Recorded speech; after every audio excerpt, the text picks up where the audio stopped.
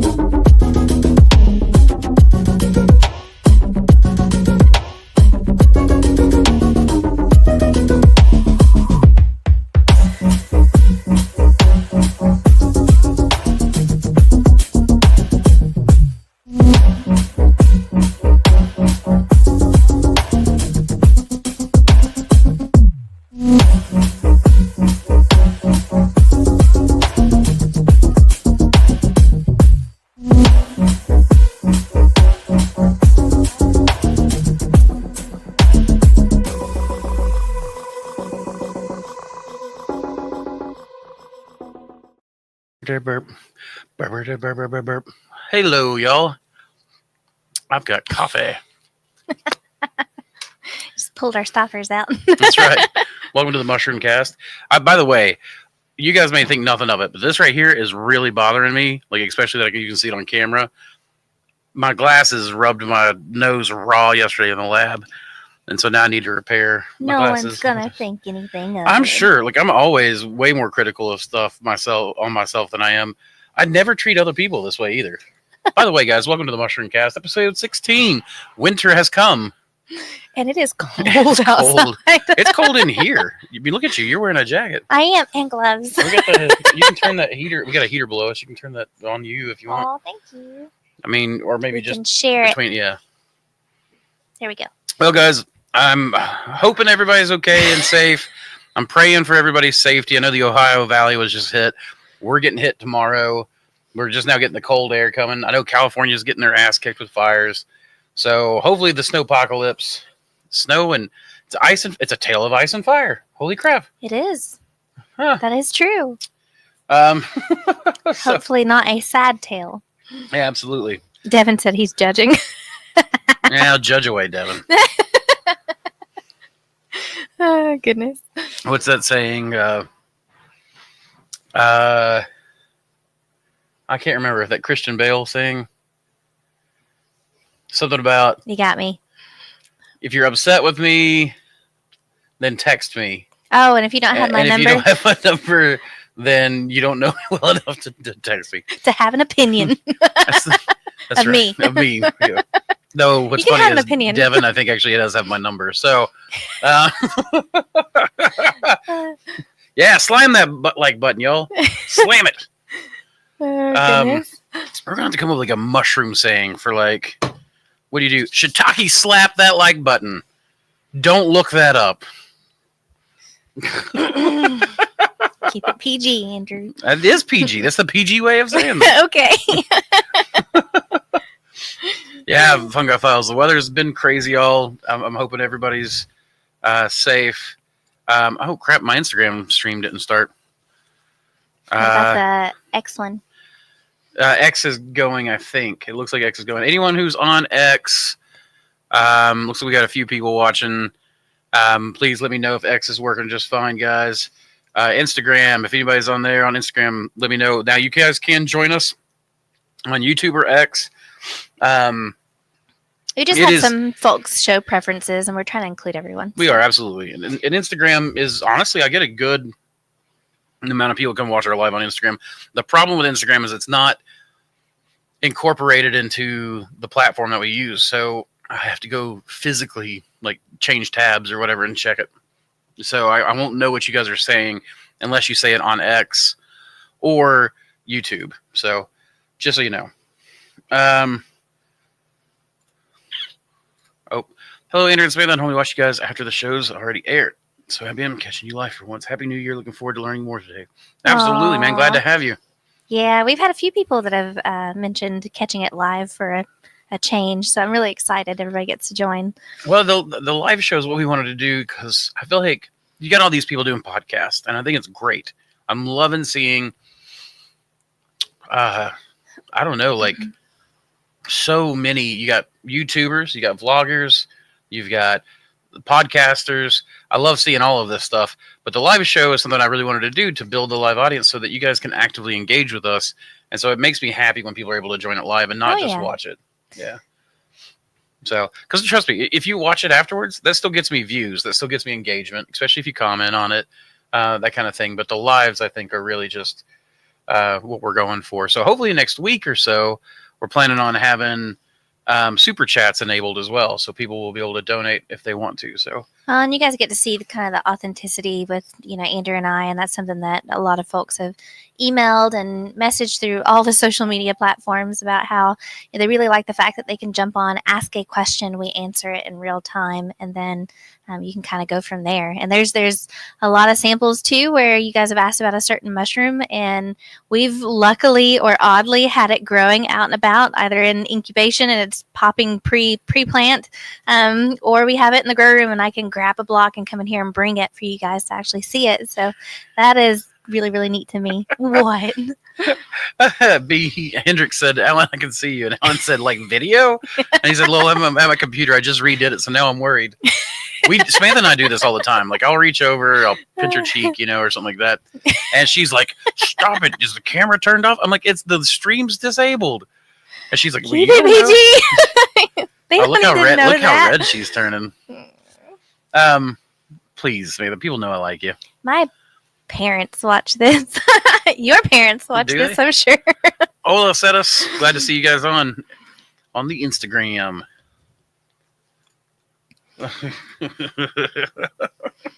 He gets me riled up and enjoys it. I really do. She's cute when she's fierce. It's like a little lemming, just like beep, beep, beep, beep, beep, beep. Anyways, the some cool news, exciting news. At least I'm really, really excited about it, and I think you guys will be too. It looks like Alan Rockefeller will be joining us next week. So, super excited about that. Thank you, Alan. Yeah, absolutely. I have no idea what we're going to talk about, and I'm still needing to get confirmation. He did say that he was available next week, so we got to make sure that the time works out. But if that happens, I'll be super excited. Maybe you guys can suggest what we talk about, because he's a taxonomist, a mushroom photographer, lab manager. He has a lot of really cool things. Oh, you okay? I've been fighting it for a couple of minutes. I know, I've noticed. Yeah. Take another drink. I might need to, yeah. Yeah, the first time I met Alan was at the Georgia Mushroom Festival. We were doing a night walk. Sydney Over Singleton was there as well. Yeah, Sydney. We did. We took the kids with us, and it was really, really cool because we were able to take black lights and only turning them on sparingly and kind of see. I'll try to go back to that footage and edit something and throw it up on Instagram. And I'm sure Andrew probably has some stuff that we could throw up on here next time. If he is able to come, we can kind of show some of our experiences. That would be really cool. And he probably remembers. But we were able to see in the night scorpions and mushrooms, and there were spore prints on some things. And it was just really, really, it was an awesome experience. We really enjoyed it. And so, are you looking it up now? No. Looking at something else? I'm looking up. Somebody's asking about tribbles, if we've got photos. Hi, Vance. And so I'm just checking to see. I thought that we had some up. It looks like we may not have a photo on it right now. Dang it. Yeah, I'm still working on a good bit of those. I have a lot of photos on it. So, mine's side. Could you open the strain library and screen share that of tribbles? If you can talk for me. So whenever I mention strain library, every time we grow a mushroom and have a lot number, a lot of times we'll take pictures of it, and that's not only are those pictures for social media and YouTube, but they're also for our files. And so Tribblers. Yeah, there they are. Okay, let me share screen. And you can just see its growth pattern. You can see oftentimes here lately I've been trying to get a pin set, mid-growth, finished growth, a picture of it, or a few pictures of them on a scale. I either Andrew and I holding it just kind of for visual reference on top of a few other things. And I would love to get pictures of people actually having received the strain, grown it in their own grow room. I think that would be cool as heck. Just, you know, like the way that it kicks me off. to one day look back when Andrew and I are old and gray-headed and we can see all the people that benefited from the work that we've done. Okay, so Mindsci for tribbles. Oh yeah, I'm gonna have to go. So I'm not gonna be able to see anything you guys say, but let's see. So here is a entire wall of tribbles. Oh, why did it give me that little X? And each of those is probably like 3 pounds, 3.5 pounds, if not 4. I'm gonna guess 2.5 pounds right there. You may be right. It may be closer to that. I can't remember that crop. We also keep our. Well, I have some photos on my drive that I haven't shared with you on that drive. So. What angle is that from? Oh, that's the okay. There's the humidifier. Yeah, okay. It's a weird angle for me to take a photo of. It's flipped. Messed with my mind. There's some more tribbles. These photos are a little blurry. I'm a little surprised my phone normally does a better job. One of the things I really like about tribbles is a little lighter. I mean, you can see it produces really, really well. It's a little slower growing than some of the other Hericiums, but you can see that it has the pink when it's young. That's more common of Americanum. And this is supposed to be a cross between Bear's Head and Lion's Beard. So it does show some phenotypic qualities of both. This is something I actually want to talk to Alan Rockefeller about. You can see I like the teeth. It's a good shaggy kind of strain. Best of all, I might actually have...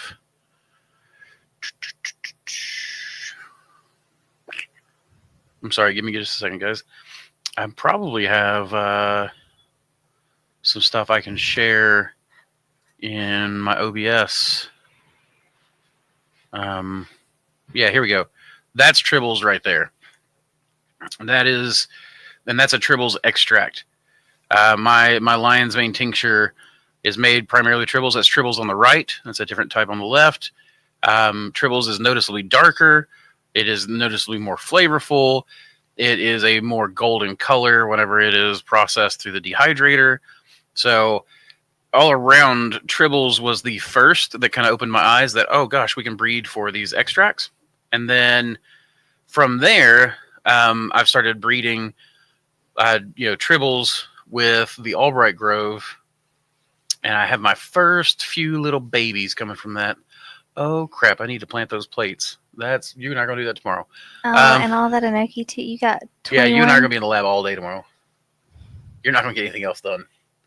And we were supposed to get Rifle Creek up today, and we didn't. We're supposed to get like 6 inches. Yeah, we're going to be like, Aislinn's not at school, so we're good. Fine. Let's do it. All of that is tribbles. So I hope that gets you there, Mindsci, get you some things you want. Things looks awesome. Yes, okay, cool. Gotcha. Just wanted to make sure I got you.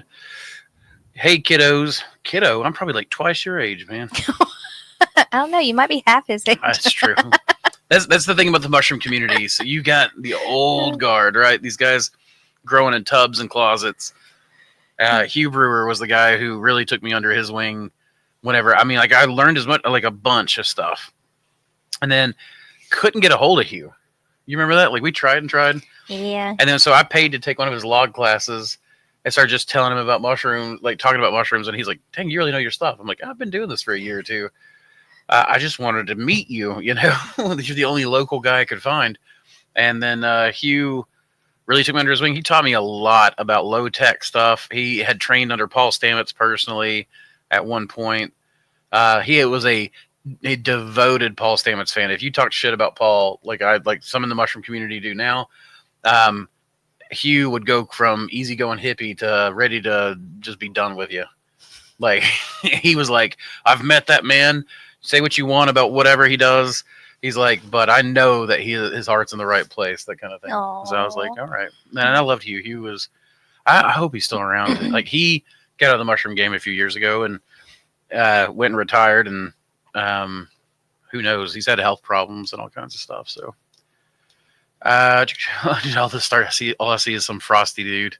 That would be me. That would be me with last year's storm. We all went and Vance? played in the snow, and I saw his beard, and I was like, I've got to take a picture. The great thing about the beard is it gains like 5 pounds of ice when you're out there playing. Fungi focus, no negativity towards you personally. That's all. I still don't know what's going on with this fungi focus. I was in. Woo. I'm a bit sensitive today, guys. I'm sensitive. Yeah, I don't know what's going on. I was watching Ed's stream earlier, and there was some sort of kerfuffle. I don't know what the kerfuffle was. Kerfuffle. I like that word. Like, that's a good word. I love kerfuffle. I don't like seeing its meaning, but I do like the word itself. But yeah, I still don't know what was going on with that. So I guess I'll just have to watch. That's like a 4-hour stream, guys. You're really going to be like, here's some drama. Now let's not talk about the drama. So Andrew has to comb through 4 hours of footage for the drama. Mike, this is usually gourmet mushroom and farming pack. I'm sorry. Hi everyone. Followed from Dr. Ed's show. Is it okay to ask? So, Mike, it's okay to ask about some stuff, but save it till we've been on air for like an hour, and then I'm usually okay to talk about that stuff. Bury it deep in the podcast. Bury it deep in the show. But we are not advocates. We are not growers. We are not that knowledgeable about the active community. We're not even a strain bank of that. Right. Like I don't have like really any genetics of it. The few like couple of spore prints I might have somewhere were probably gifted to me at like Oklahoma Mushroom Festival. You know, being in the mushroom community, you know how to get them, even if you don't grow them. So if I ever needed them, I have like 15 million people on this YouTube channel that would probably give it to me. That said, the breeding projects that are in that realm, we study that vigorously. Yeah, that is something that is so cool to us. Yeah, big fans of the therapeutic aspects. Mm-hmm. We've met a lot of veterans in particular, and some drug addicts who were able to get off drugs with like a single dose, kind of stuff. So, oh yeah. Yeah, well, and too, there's so much information that has been shared within that community that gourmet farms are able to utilize, and it's all the different aspects that you get by selective breeding and everything else. Like there's so many cool, there's just so many cool genetics out there. And Andrew and we do a lot as far as like the pairs, and like he mentioned earlier, we're going to go into the lab probably tomorrow and just hit a bunch of. I'm molting. You're That's molting. a feather. I'm Feathers. sorry. Yeah, I washed my jacket and it's decided to fall apart on me. But yeah, we team up a lot. So tomorrow I have 21 new Appalachian Enoki crossed with White Enoki strains to put to grain masters, to spawn masters. So Samantha is going to go with me and basically just seal bags while I'm doing 21. I'm going to just pump out the inoculations. She'll pump out the sealing and the data keeping. And then after that, we've got other tests going. So I've got Rocky Top being bred to itself. I've got some gold oysters from the bioprospecting to test. I've got some golden oysters to cultures that are in plate that are bred. That's a Lambert's 126 gold and the Mick gold, the Mossy Creek gold from down here. I really thought we were being clever with that one. Yeah, so. But kind of going back a little bit to the other thing. Mm-hmm.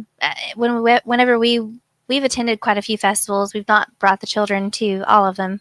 But the Georgia one might have been a mistake to bring them to. Holy crap. That was a pretty nighttime fell, and that was a pretty open one. Which, we were parked way in the distance out in the field.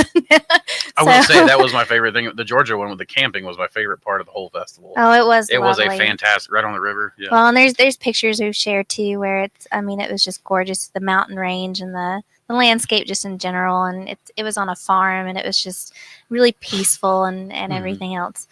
And now I've lost my train of thought. You were talking about the actives and Going to the festivals. Oh, just there were a few talks that we attended. There was something that messed up with the mics, and then like people's time it was shortened, and so we got to see some talks that we weren't planning on. Yeah, that we hadn't intended to see, but it was really really cool and very interesting. We wanted to attend them all. The Georgia one. The one thing I wanted to go to was the use and cultivation of mushrooms in ancient South America. And I missed that talk entirely because of the scheduling conflicts. I got there earlier than what the talk was, but they shuffled the talk and I missed Alan's talk too. But we did get to see Sydney's on the dying mushrooms, and that was my favorite. I hadn't planned on going to watch the dying, but I actually did. I really enjoyed it. Like Sydney's a good teacher. I like Sydney. Not like poisonous mushrooms dying, but dying is in color dying. I mean, you can still die with poisonous mushrooms, even if you don't die with poisonous mushrooms. Oh, and Ben and Steph brought us a cinnabar bracket, and I was looking into that, and I'm getting distracted again. I get to. Anyway, it produces vanillin as a byproduct, and I was reading about how it can be used to create color fastness in dyes. And so I was like, that's really really cool. I'd really like to ask some questions about that. But anyway, it's but back to the talks. I know that there's a lot of like folks with testing constituents and stuff like that on levels, kind of like they did with the cannabis industry. And the benefits and medicinal benefits that kind of came through. And something that Andrew and I have been really curious about too is the testing of the lion's mane and all of that, and seeing kind of what is there and what isn't there, and can we selective breed toward higher, beneficial aspects of it. And so that's something that we've been really really curious about too. And golden enoki, I know we talked about the golden enoki tincture a little bit last time, and just the viscosity of it and how that's actually beneficial. That was something that we dove into a lot of studies on, and that was really really cool and really interesting to see what all was said and tested out on that. So check that out too. But yeah, that's the end of it. Sorry. Which, I mean, so that stuff would be interesting to talk to Alan about, because Alan is an actives expert, especially on the taxonomy of it. So when Alan Rockefeller is on next week, should be on next week. We got, like I said, got to doubly confirm. So don't believe it until you see the thumbnail. But that would be something interesting to talk about. I mean, he's a wealth of information, anyways. So, question: I tend to use a modified masters mix like you. Any recommendations for substrate for RDT and 2? In your experience? Honestly, we've just used the hardwood fuel pellets and oat hulls at a 65-35 split. And we have grown it on... call it the oak and oat. A 50-50 mix of hardwood fuel pellets and whole oats. Now we're trialing it on a 65-35 mix of hardwood fuel pellets and whole oats. All of those hydrated to 60%, 58 to 60%. So those are incredible. Looks like an avalanche. Oh, talking about the tribbles. Yeah, that strain is beautiful. Question: what, Andrew? What hericium would you recommend for me from your website that's easy to start with? Tribbles. Easy peasy. Wait till that discount code though. It's coming later. I really like Bear's Head too. Bear's Head is a really good. Bear's Head's the one. Bear's Head's interesting because I'm sure that's where Tribbles got a lot of its sugariness from. Because Bear's Head has got like a syrupy smell to it when it's mature, like not quite maple syrup, but like a sugary syrup. Okay, definitely feathers everywhere. Everywhere. Sorry. That's why I'm having such a hard time breathing. I'm just kidding. No, it might be. I'm playing. Jagmeet Singh said, "You guys are among the few pumping out consistent quality mushroom content. So many big channels haven't posted in over a year, or have seemingly put their YouTube channels on the back burner." Absolutely. Well, we suffered from some of that. I mean, if you look at, I was actually looking today, 3 years ago, I was pumping out every week. Past couple of years, it got where I was pumping out maybe one a quarter. Well, we had Jackie and Tristan. They were super consistent, didn't cause trauma or drama. And they came in every day. They were on time. I missed them so much. But they have moved on to bigger, better things. Oh, yeah. Anyway. But yeah, I appreciate it, man. We are like something I wanted to do was come back out and do something consistent. Videos I love. I've actually considered. I was talking to Samantha today about I miss vlogging, but when I think about it, and I'm like to film, edit, publish weekly work. It's not that hard, but it takes up a lot of it becomes a lifestyle kind of thing. So I actually like the live show better because I'll actually be able to do a little bit of vlogging. So I've got like a small video to bring up for you guys. That's an unedited update on kind of the things that we're doing. That'll give me a chance to do a bathroom break about halfway through this. Take a cue, Ed. It's all that coffee you're drinking. Coffee, liquid death, so shout out to 60 Beans for being the only coffee shop in town open past like 2. Yeah, we have 2, and I love the couple that runs Mossy's, and so it's just I try to support them when I can, and I try to support the other one because it's convenient when I can. And the barista there is just, I was about in tears one day, and she wrote on my cup, "I hope you have a better day," or and it just, it brought me to even more tears. But yeah, it was just the sweetest thing ever. And so anyway, by the way, Jagmeet, Singh, is that a Sikh name? Isn't that a Sikh surname? If it is, you people are badass. Like, yeah. But yeah, thank you for acknowledging this, man. We want to produce quality content. I mean, for one thing, it helps my pocketbook, and that's super helpful. But again, I only want to strike it rich to keep the flow. That's how deep it go.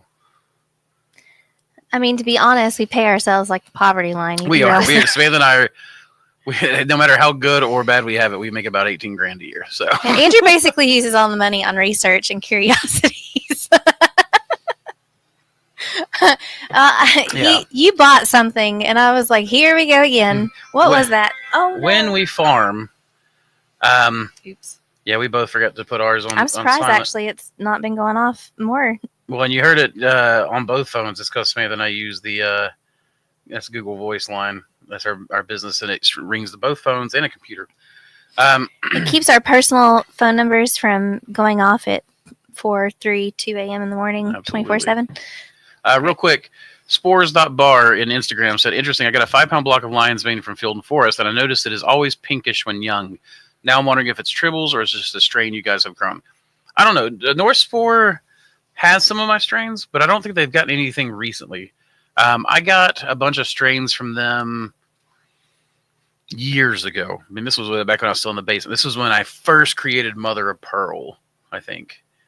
And basically, I had hired them to do Grain Masters, and I paid extra so that they would have it in the strain bank, produce the masters, send them to me every other week, and then never sell my strains. But now they're selling them, so of course I didn't sign any paperwork or anything. So, and there were a lot of arrangements made like that back in the day, like main cap and stem with my strains.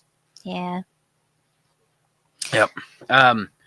So anyways, as far as I know, man, they could be tribbles, but very well it could be something they've developed or in fact, a lot of lion's mane that are sold as lion's mane aren't lion's mane. They're other, this is something that will be really interesting to talk about with Alan Rockefeller because he is even more knowledgeable about this than I am.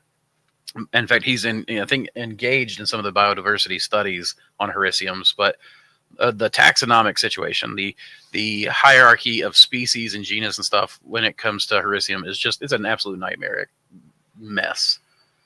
So. Yeah, I'd really like to get Dr. Oman on too because he's really. We were able to meet him and his wife and his class. Like they came down and visited, and it was just amazing. We wanted to do a podcast then, but we didn't. Andrew, he wanted to do it right then. Yeah, we I was like, I'm not set up for a whole bunch of people. Like, you brought your whole class here, bud. But they were talking about putting like specific tags on strains that we created and doing like a nonprofit and being able to actually kind of track and trace all that stuff and sort of protect the investment kind of thing. And I guess he's done that with a few strains, and you kind of get a check each month and a kickback. But he was really, really, they were both really sweet and very supportive. Absolutely. But he got to have dinner with his him and his wife. Well, and his entire class, but he and Samantha and his wife got to have a private table. That was really nice. This was at Mug and Mason, and Chef, he was like, heck yeah, bring in a box and I'll cook it. And, Yep. and he did. He did. So everybody got to try, everything that they kind of came and saw in the grow room. We picked it right there, took it to the restaurant. They cooked it, and we were all able to eat Mug it. and Mason, And it what a just cool closed down. experience. It just closed down. I really hate it because Bug and Mason is my favorite restaurant. It's the only place you could get haggis around here. And shepherd's pie. And man, that shepherd's pie was good. Niall says, "Hi, Sam and Andrew. Got my tracking number of my order today as Tribble's in it. So excited. Thanks again." You're welcome. Thank you for choosing us to trust. I'm trying. Thank you for choosing us to trust. Thank you for trusting us with your genetics needs. There we go. Thank you for trusting us with your choosing. Steve choosing said, us with your trusting. He said, "I'm 50, kiddos. I'm a kiddo too." Okay, so yeah, like yes, you okay, are. If you're 50 and I'm right about 40, so that puts us only 10 years apart. At Michael Allen, this is true community building. Thank you, Jackmeat, and we try. Alan. It takes a community. It is weird to me because I try to be the nicest person I can be, and the amount of hate I get is weird. Like I've never. And then I get protective, and I get hateful, and it gets weird. She does. Finally catching you live again. Been a while. Jumbo Umbo, what's up, bud?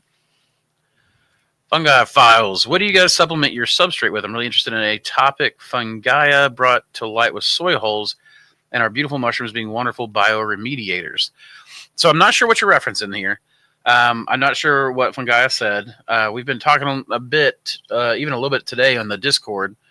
I've tried to be daily. I've turned my notifications back on so I can be active for you guys, since most people that are in there have paid for my time. I've just through my healing process, I turned notifications off on all social. So I am active again on Discord and feeling better and good enough to engage. But the right now we're using whole oats. I find that I really like whole oats. The bags just pack better, I feel like, than the oat hulls. And I like oat hulls better than I like soy hulls. And I just prefer oats. Oats are locally grown here. They're American grown. I'm not getting anything else soy, which the soy I'm sure is probably American grown too, since we are a soy exporter. Oats are less sprayed than other crops. They're a higher protein content than most things. And then the whole oat nature of it means that my supplement, every bit of my supplement, is encapsulated in a heavily lignous bound sheath, which protects it from bacterial contamination, which means my pasteurization is that much more effective. And getting as local as you can too, it reduces costs on shipping, and it's kind of, especially here in East Tennessee, we're trying to keep our farmland. Yep. But that said, my whole oats are more expensive than the oat hulls, and the oat hulls were more expensive than the soy hulls. Yeah, I went and picked up a truckload, and it was like $230 for.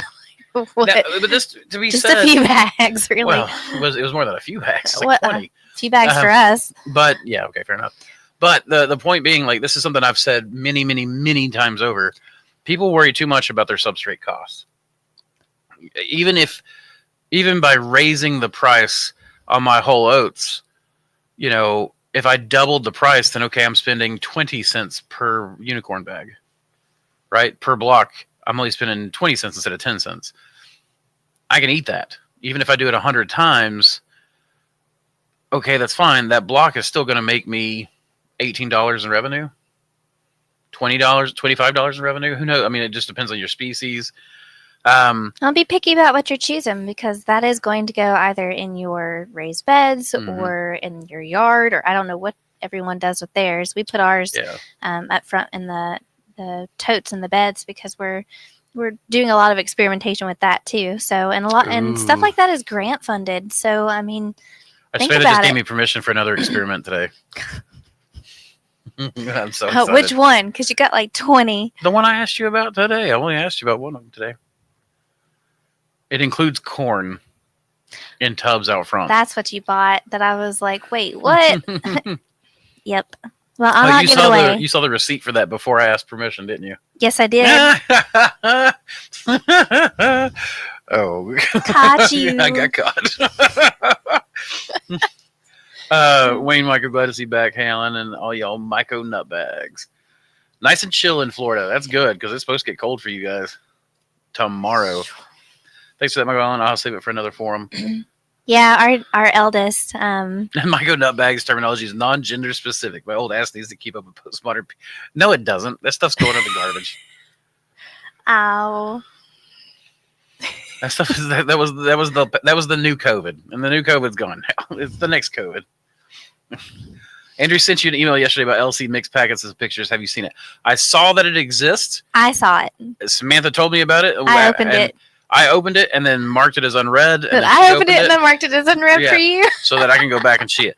But I have not read it yet. I did see some of the pictures. It looks nice, but I don't have any reference from the text yet. I really liked the clear window so that you could see. I thought that was really, really cool. I really did enjoy that. Hello, everyone from Badger Canyon Mushrooms in Washington State. Hello. Oh, and speaking of Washington State and then Florida, when we went to Florida to go visit Cactus Hat and his family, like it just Collier, which is our eldest, he was like, "Can we move down here because it's so warm?" And I mean, he's like a little lizard. He could bask on a rock and just be happy as a lark. Me too. My boy. Yeah. Well, one of the boys, but he loves the only one heat. that will bask on a rock. The other one wants to go wherever it's freezing. We truly have children of ice and snow. I mean, ice and fire. That's true. Simply is Ed and his and guest. then the other one is Spice. Simply is Ed and his guest mocked my science, called me mentally slow because we extract psilocybin, and I shared the fact that we had bypass tolerance issues.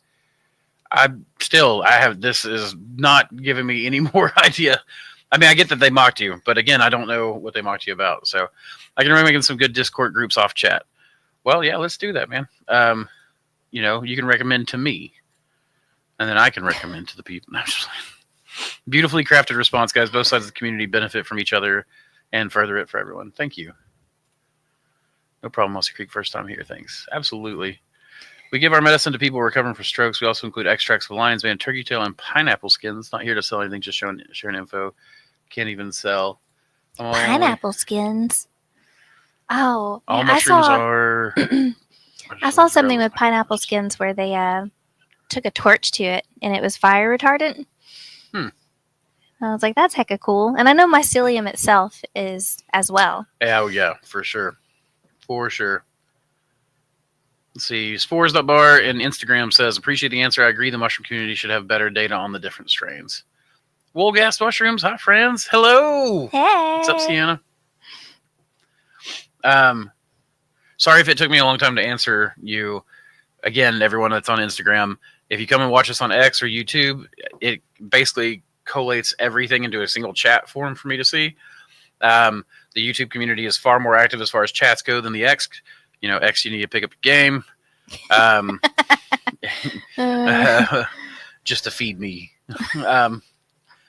But Instagram, I have to go check. So I only check as I remember. So I am trying to, but I'm considering changing my Instagram stream to Rumble. And then there's another one. There's another one I wanted to try. I can't remember right now, but we'll talk about it. Sienna, I hope you're enjoying your beautiful new home. I know moving is such a pain. Oh, yeah. What about the mushroom mob? I don't know. Let us know. Yeah, Sienna, what about the mushroom mob? See, Fungi Focus says, I'm only sharing since he brought it up on the live. Yeah, man. I mean, we're pretty chill. As long as you guys aren't insulting each other or being rude or racist or homophobic or sexist or I don't know. Now you're saying all the trigger words. I mean, you can be any of those things, just don't say it on my chat. Andrew, I'll send you a haploid culture of RDTN2 once I get some spores. Yeah, please, goodness. Man. That sounds great.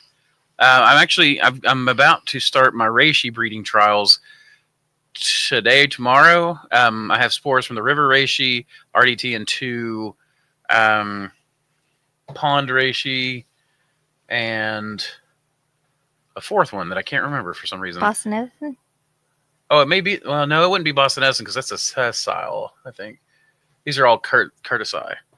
Alan Rockefeller? I don't know what you're asking about Alan Rockefeller, but yeah, he should be the guest next week. So I'm super excited. Again, still waiting on confirmation. Yeah, don't take that as gospel until you see the thumbnail. But when you see the thumbnail, I have had it confirmed. Jumbo Umbo, I just collected lots of wild specimens in Memphis area, plated them and waiting for clean growth to send to you. Heck yes, please and thank you. What are you finding in Memphis this time of year? You guys are warmer in Memphis than we are here. Maybe winter oysters. My winter oysters are pretty much done. Christmas is about the time they stop. Next week, Samantha and I may actually be setting up the live stream with a whole bunch of trays.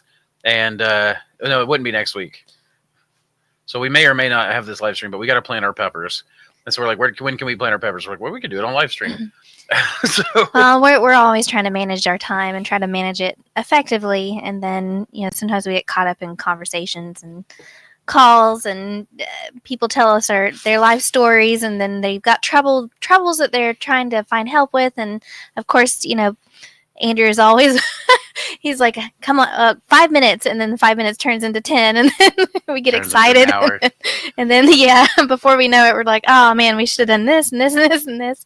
So we've been pairing together projects, and it's like, okay, well, maybe we could lay everything out, put the seeds, we can talk while we kind of check things, and then it's the same action over and over again, so that would be really easy. It's like putting your vitamins next to your toothbrush so that you can take them in tandem. What's up, Mushroom Family? Well, what's up, Myco Nerd? So, hey there, Myco. I'm only getting an average of 2.2 pounds of the BS26 on an 11-pound block oak soy. Need bigger flushes in my small op. Lambert Blue became too slow. Yeah, a lot of people have told me that the Lambert line seems to have started to peter out.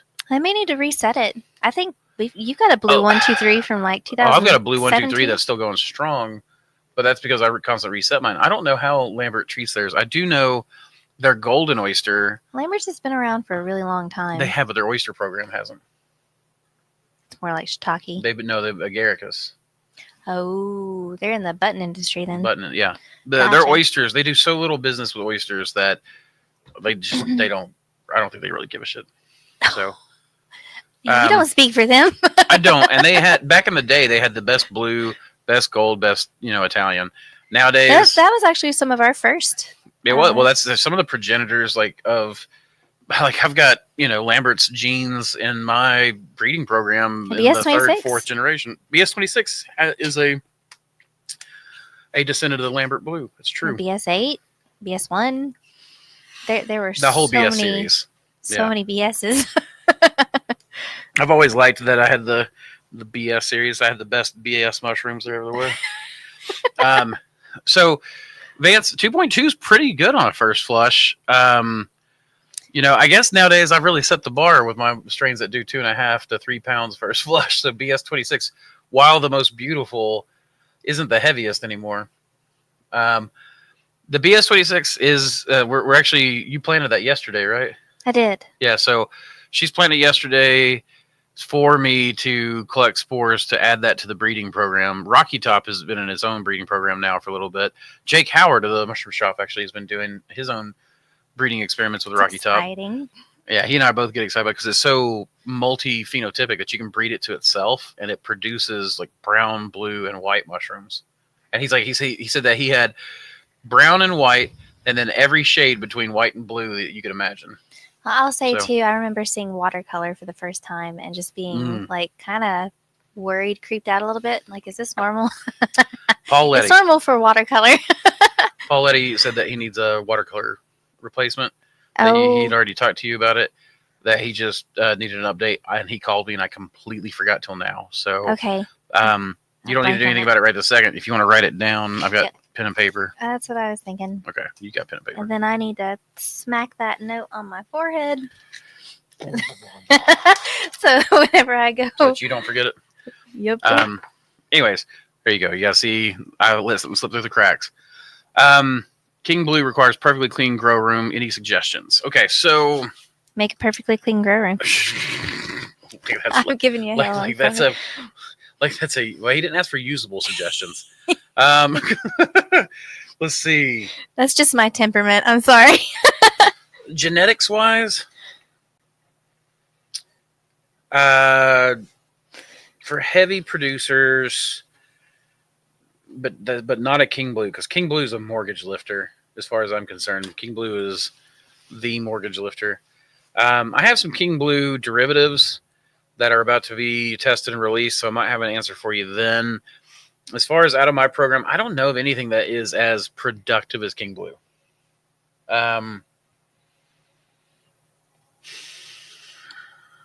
I would say Old- Pathfinder as far as like that marshmallowy stem I mean, and the weight, but it's almost as finicky. Well, it is, and it isn't. Like ever since we switched away from soy, we've not had a problem with Pathfinder. We only ever had an issue with it being soy. Ever since we cut down on our supplement down to about a 35% supplement and switched over to oats, I've not had any issue. Like remember, that's every time now we're like, this is the most perfect crop of Pathfinder we've ever had. Well, I think soy too is so susceptible to its own issues as far as storage and humidity, and particularly. I don't trust soy anymore. Yeah, particularly with that orange fuzzy Neurospora. fruity pebble stuff. Yeah, since we got the oats, we don't Neurospora. have Neurospora anymore. The only Neurospora I see is out in the compost pile on the old soy blocks. So, Yeah. Vance, Cumberland is a really good one, but it's not as productive as King Blue, but it is fat like King Blue. Old Road is fat like King Blue, but it's not quite as heavy as King Blue. Like I don't know of anything that is out there that's as heavy as King Blue. That said, we do have a King Blue improved, but it doesn't resemble King Blue in color at all. It's not a blue. It's very It's different an color. absolute. It's like a brown copper almost. But I haven't even tested it enough to know if it's any better on the blotch. We've only grown it a couple times, Yeah, that's also true. so I'm not entirely sure. Well, Vance, and we can't really say much of anything unless we've seen it in multiple grow rooms beyond our own. Yep. That is a big thing too. Love Alan Rockefeller. Me too, man. Alan's one of the best. My Tibble is doing well. Tribbles. Jiggy Ball. Let's see. Sienna says, Wolgas Mushrooms on Instagram says, miss you guys. Hope all is well. Yes, we are. I'm currently still growing in the city, but hopefully moving to grow to our 1,500 square foot pole barn in the next few months. That is excellent. I like to hear that, Sienna. And then one on Instagram says, greetings from Argentina. Wow. Greetings, Argentina, from East Tennessee. Jiggy Ball says, I'm curious about the difference between your spawn bags and fruiting bags. You're using 50-50 for spawn and 65-35 for fruiting. Yes, that is correct. Was that what you were curious about? Or are you asking me why? I'll tell you what. I'm just going to circumvent you. I'm going to go, the why that I do that is because typically you would just go full grain spawn. All we did was replace half of the grain spawn with sawdust, which is A, cheaper, B, it hydrates better, so I can actually use my bagging machine to do dry bagging. And then the grain just sits there amongst all the sawdust, and then the oats don't hydrate until we force hydrate it in the autoclave. And so it's a way for me to, otherwise, trying to industrialize the grain making process was just too up in the air. Like, I was just like, why am I doing this? So, in fact, I wish, actually, I have, like I said about that 10-minute video. Let me see. Actually show some of my spawn bags in that. Let me see what I can get here. Of course, I've closed out of it.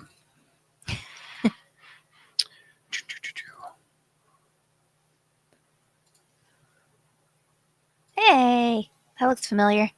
Right? Okay. Boop, boop, boop, boop. Present. Share screen. That is quite easy, though. Oh, the way crap. that's laid out, so that you can. Oh, it makes it super simple. Okay. I'm continuing to be impressed by that platform. All right, people can hear us until the video starts. All right, guys, so we're going to start this, and then we're going to return in oh, shit, that's 11 minutes. Should we play an 11-minute video?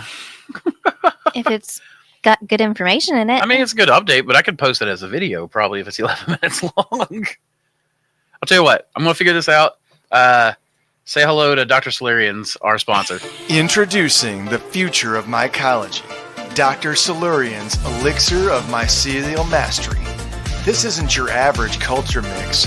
It's a revolution in a packet, crafted for the dedicated cultivator seeking unparalleled growth. Experience the visual alchemy of this masterful brew. As you mix 10 grams with 500 milliliters of water, watch the solution transform into a rich amber spectacle. the hallmark of a nutrient-dense sanctuary for your burgeoning mycelium. This is where vibrant color meets vibrant life, setting our elixir apart from the ordinary clear liquid cultures. Prepare to be captivated. Mix 10 grams of Dr. Silurian's elixir with 500 milliliters of water, add a stir bar for thorough integration, and sterilize the blend at 15 psi for 45 minutes. Once cooled, introduce your favorite culture into this perfectly prepared, nutrient-rich environment. Watch in awe as the elixir works its magic, unveiling a mycelial masterpiece before your eyes. Choose Dr. Silurian's Elixir of Mycelial Mastery for a mycological adventure that's as visually enchanting as it is potent.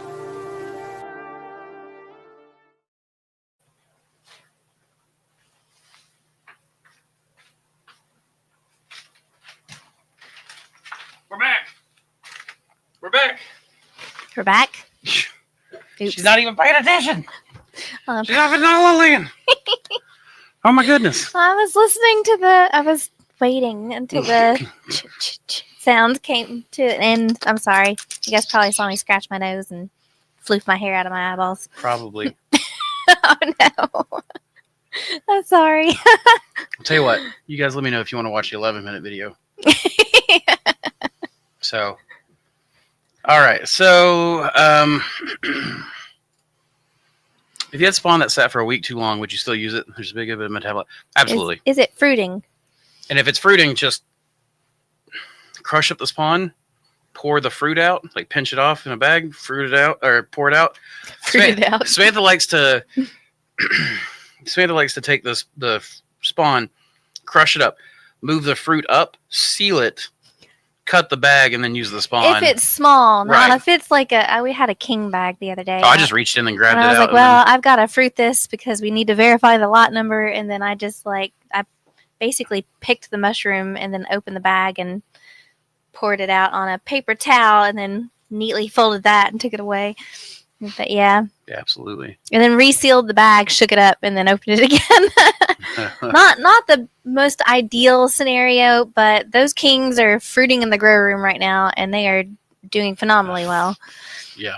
They're still in pin sets. It's going to make us some money this week or next week. If the snow doesn't kill, I think the stall 'em snow out. will. Bring them on. Yeah. They know. Oh, They know when there's snow. David, look up the nutritional content of sphagnum moss. I'm not sure if it's got enough nitrogen to be used as a.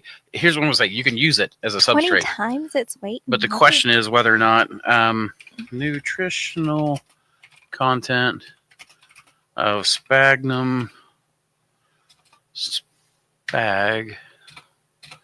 How am I misspelling that? Talk about a good substitute moss. for like water crystals that you use in the garden. Like that would be. Oh, for sure. Okay, so let's see.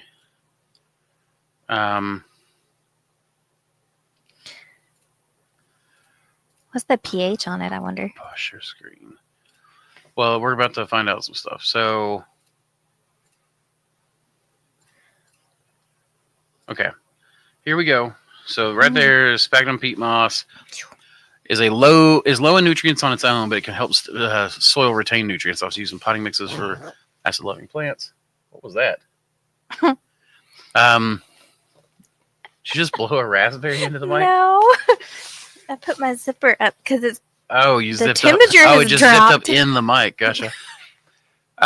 Sphagnum mosses can efficiently uptake nitrogen from pore water. However, they can't handle too much nitrogen, and excess nitrogen can be toxic. Can sequester phosphorus. I guess sequester potassium. Okay, so this is on the soil. Sphagnum peat moss has a lower, more acidic pH than sphagnum moss, which is a neutral pH. Peat moss can make soil too acidic for plants. Okay, so basically what you're going to do is you're going to have to add some sort of pH buffer to raise it. You want a basic non-acidic substrate.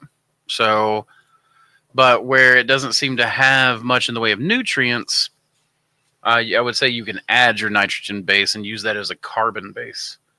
So take your dry material, add about 4% This is going to be another protein. experiment.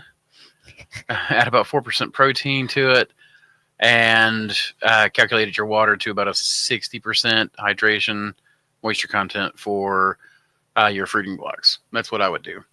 Test I it. don't think I would use it as spawn because the long fiber sphagnum moss, it would be hard as hell to break up into spawn and pour. But it's really good for raising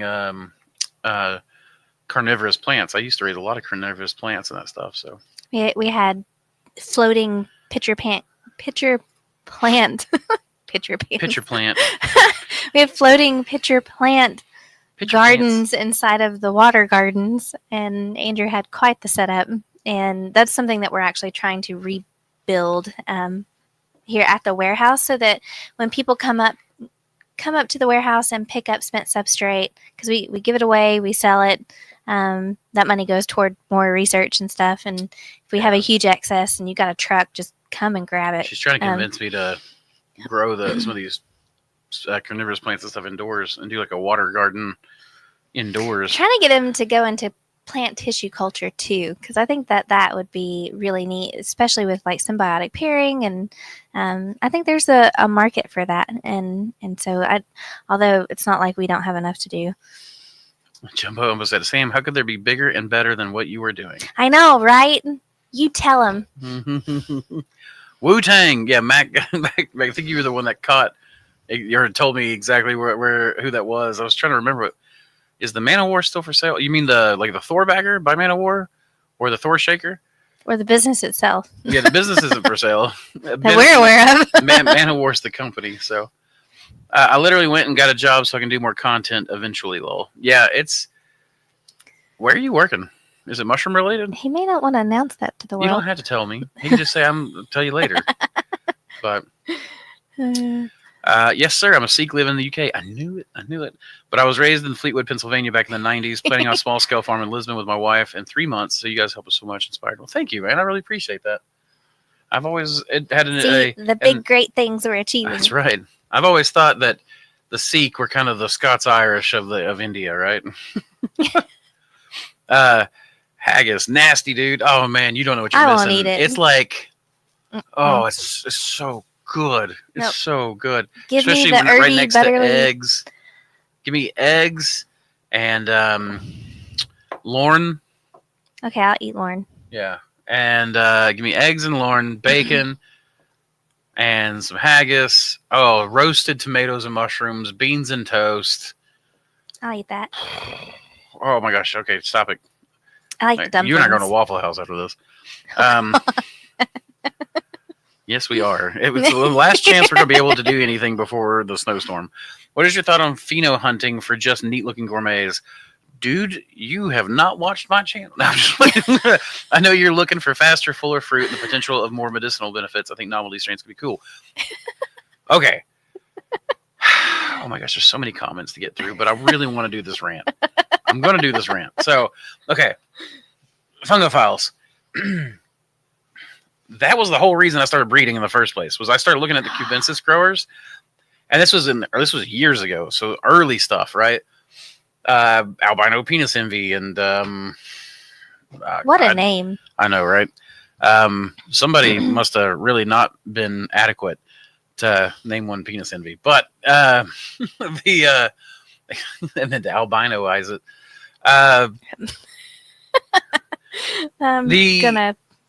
So there was that, and I was growing mushrooms, and Samantha and I were selling at the farmer's market, and right next to us, not selling penis envy, we were selling regular like blues and things like that. But next to us was a tomato farmer. You know, it's Solanum is the Latin name. And what amazed me was I had 5 different species, 3 different genuses on my table. This guy had one species, one genus, one species, and like 70 different, radically different looking, tasting, shaped, colored mushrooms, tomatoes. And I was like, how? And then I come across, who all was doing it? Back then it was Yoshi, Doma, Even full canopy started to creep into my consciousness after a little bit, but they weren't the first. Kyle. Yeah, it's Kyle. It was at full canopy. He's not there now. He's a Ikigai.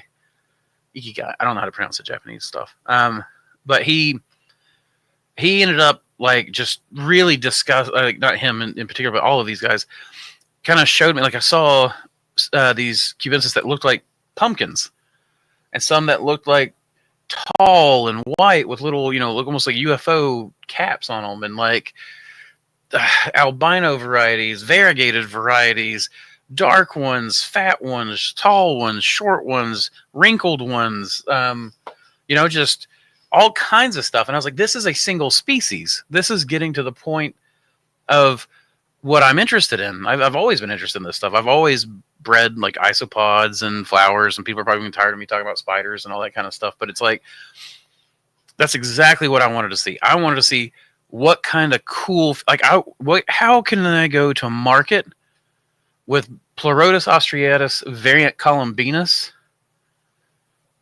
and have 20 radically different, almost different species looking mushrooms. I'll just look at gourds. Gourds. Pumpkins. Squashes. Yeah. Yeah. That's a huge variety. You've got, bumpy and smooth and different colors. So there's like 4 different species, and then each species has a huge variety in it. Yeah. Yeah. It's just life. Peppers. Look at peppers. Oh, cabbages. Oh my gosh. The Germans and the Asians took cabbage Brussels to a whole other, Brussels sprouts and cauliflower and mustard greens and cabbage and bok choy, and like all of these look crazily different, but they're all the basic, same thing. So it's just, it really, really, that is exactly what I got into. The medicinal benefits. I actually was upset when I started getting into mushroom breeding because I was like, all the people that do in gourmet, they just try to squeeze out a little bit more weight. They just try to squeeze out a little bit more speed. They try to squeeze out a little bit more of this thing, but they want that blue oyster to look like every other blue oyster that has ever blue oystered ever, right? Blue oystered. I'm glad you laugh at my jokes. That's why I married you, on top of many other things. I'm glad for it. But like to have all of these phenotypes from a single species, it excites me. It sets a passion in me. It sets a fire into me that just drives my curiosity. Like I'm getting into gold. I've got a shiitake running right now breeding program. I've got enoki breeding. I've got golden oyster breeding. I've got all the bioprospecting to hopefully bring in new crazy wild genetics. And here's the thing. How often do you see an albino deer? Well, if you're a hunter, you probably see them every now and then. I remember seeing them out in the wild. And a buddy of mine shot a piebald one time, and we were discussing it. And I was like, "Oh man, that was so rare. Why'd you shoot it?" And he's like, "They're not really that rare. I see them, pretty rare often." I'm like, "So you could take deer, and you mean you could breed deer and have white deer? Like that's crazy. Or piebald deer? Like we have goats, like piebald goats, and all this kind of stuff." And I'm just, this is gene pathways are all I ever think about. I read Dune, the entire series, and that makes you think in gene pathways. He got into guppies and goldfish and butterfly koi and butterflies, and I have raised everything I can get my hands on. Beetles, and including a full greenhouse off the back. I had how many giant orb weavers that there I were have? 33 giant orb weavers. That was my main pathway into my house too. I locked my front door and blocked it so people had to go through the spider forest. It made me so happy. And I used to go feed the little girls and pet them. They'd plant their little egg sacs up there. Jumping spiders. I bear witness. It's true. I used to have all kinds of jumping spiders that I didn't breed them, but I would selectively pressure them. I would move ones that I didn't like away and then feed and stuff, the ones I liked. And I'd go out there. I had this one female for 2 years. I'd go out there, and every morning we'd high five. I was having my morning coffee. I put my little finger out, cute. And she'd walk right up to me and put her finger up to it. And most of them stayed put. There was one that would just every single day build a web right over the door, and I'd just have to transfer her. Yeah, I love that orb weaver. But your son is watching with me. Oh crap! Oh my gosh, man! should have watched my mouth then. You should have. Watch him with me, and it's his I bedtime. keep telling you. It's awesome for him to witness what we are only dreaming of achieving. His name is Harnam, and says hello to both of you. Well, hello, Harnam. Hi. It's nice to meet you. We're meeting. Yeah. It's nice to meet you. I'm not sure that's the proper word on the internet, but I like it. Seems like protecting the strain is almost impossible unless you only grow it without selling. How would you? That's kind of what. Is this what you were talking about a second ago? Oop. Huh? Is that what you were talking about? Yeah. Okay. You can't. There's only one way to protect a strain right now, and it's not a good way. So this is both the power of fungus, but also the downfall for the caretakers of fungus, right? So the power that can be utilized by us is that we can clone, we can breed insanely fast, we can make these strains, but there's no legal protection for us necessarily, like plant patents and stuff. At least none that have been tested in court. And then the other way that you would do this would be if I've got a really amazing strain, I don't let that go for anything. I send it to get fully DNA sequenced, full sequencing. So we're talking more expensive than normal. You pay for the full sequencing, and then what you do is you approach one of the big companies, let's say, or you sell this via only with a contract. And in that contract, it stipulates this strain, full sequence, as identified by full sequence, right? Cannot be sold in this form, this form, this form, or this form. Can only be utilized by said company for dried mushrooms, extracts, fresh mushrooms to market, that kind of thing, right?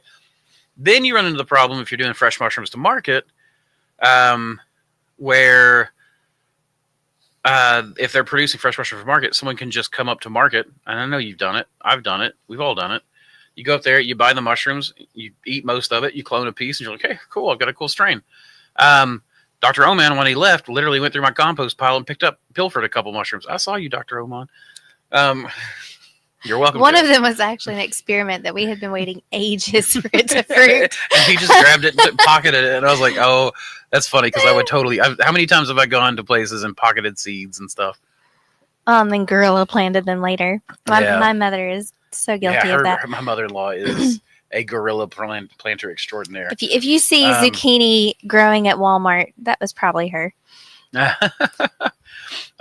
yeah, that's the only way really to save the strains and protect them for yourself. So it would be to get the full sequencing and to deal. It's a very slow method. It can be very profitable if you have something worthwhile. I know people, and I'm not sure they would be comfortable with me saying who, so I'll just say I know people, a person who sell or leases strains, one of their strains for like $5,000 a month to one of the big extract companies, and it's protected this manner. So this is how you would go about protecting your mushroom strain.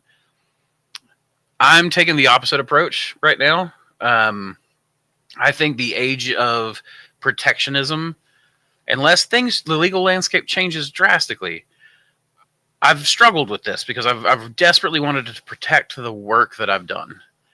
And in a way, I feel bad about it because I've kept a lot of strains and not released them out of fear. Because I wanted to protect this stuff, because I've spent a lot of time and money doing this. And if I just give it away for free, or people just take it and start reselling it at $7, that's literally I took food out of my kids' mouths to produce this thing, to put more food in my kids' mouths that then somebody else goes and takes. And that cycle of fear has kept me from sharing stuff. Well, and I've actually broke down just, I cried on one where I was just like, the thought of it is really emotional for me. And I know it's, for him as well. And because you spend a lot of hours on each strain, to be honest. And we all do as a family. Yeah, I mean, weeding out to find that one golden one. Yeah, for sure.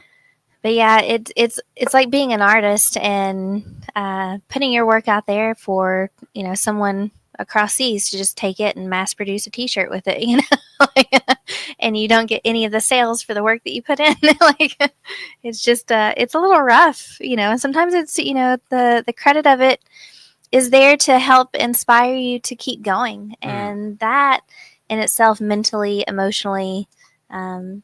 Spiritually even like that's a big thing. I will say that I've been glad to see that just persisting. I've seen most of those $7 syringe resellers go out of business. I don't see how they were quit. able to make it or start to begin with, because that is so cheap. Well, they got into a cash flow thing, and they confused cash flow with profit. And cash flow is not profit. Cash flow is an important part of profit, but it's not profit. But it's a quick profit when you're shortchanging. Well, it's not profit because you're shortchanging. In the short term. Right. Yeah. Because you're robbing Peter to pay Paul constantly. And the cash flow allows you to do that until for some reason there's an interruption in cash flow supply. And we charge what we charge because it helps keep it banked. It helps keep it in multiple places in case something fails. There will always be a backup. It's true. However, helps feed it nutritionally, which if you starve a strain, you're going to see its results. That's right. However, with code FrostyFungi20, you can save 20% on Mossy Creek Mushrooms products. Now we are stacking coupons, so if you listen here, you're going to get a certain percentage off. If you order and you listen here, you can stack that thank you code along with the listening code. The more you order from us, the more you can save, right? Yeah, and then we're planning a lot with seasonality and special giveaways, and and this is really, it's to drive more sales, yes, but it's also everybody's hurting right now. I've not talked to one person on the phone this week and for months, that's not seen some sort of drop in revenue, that's not had hours cut at work or been laid off. Like it reminds me a little bit of 2008 all over again. So we just want to make sure everyone has a chance. Well, we want to help you guys, and you guys being helped helps us. You know what I mean? Like it creates a cycle. Yeah, it creates a good cycle, and I like that. I like cycles, the feedback cycles. Your purchasing from me allows me to do more, which allows me to offer you more of a discount, which allows you to purchase more, which allows me to do more, then offer a discount, and then so on until we build together. That said, like $20-$30 for a strain. And you plant that, and you put it sell in a jar, $300 worth of mushrooms that week. And you back it up. That's plenty. Oh yeah, for sure. So that's Jumbo. That's really the only way to protect that kind of stuff. Unfortunately, there's not a lot of protections. There's a lot of fear. What I was saying about the fear is that I've decided to stop doing that. The way I'm protecting myself now, I'm going to crush my enemies with sheer volume of new strains. You will see so many strains come out of this facility this next year. Your mind will be boggled. You will be dazed and confused. Boggled and toggled. That's right. You'll be dazed and confused with all of the phenotypic variety you see. So, guys, you just hold on to the seat of your pants. If I can survive the next 3 months with your all's help of ordering, who knows? We might be dazed and confused. I might be dazed and confused in 3 months because we already are. I definitely, with the new website build out, the stopping the spawn sales, the switch fully to genetics and liquid culture, I'm squeaking by right now. So the more you guys order, the more it keeps me in business. And as long as I can kick, what'd you do to your computer?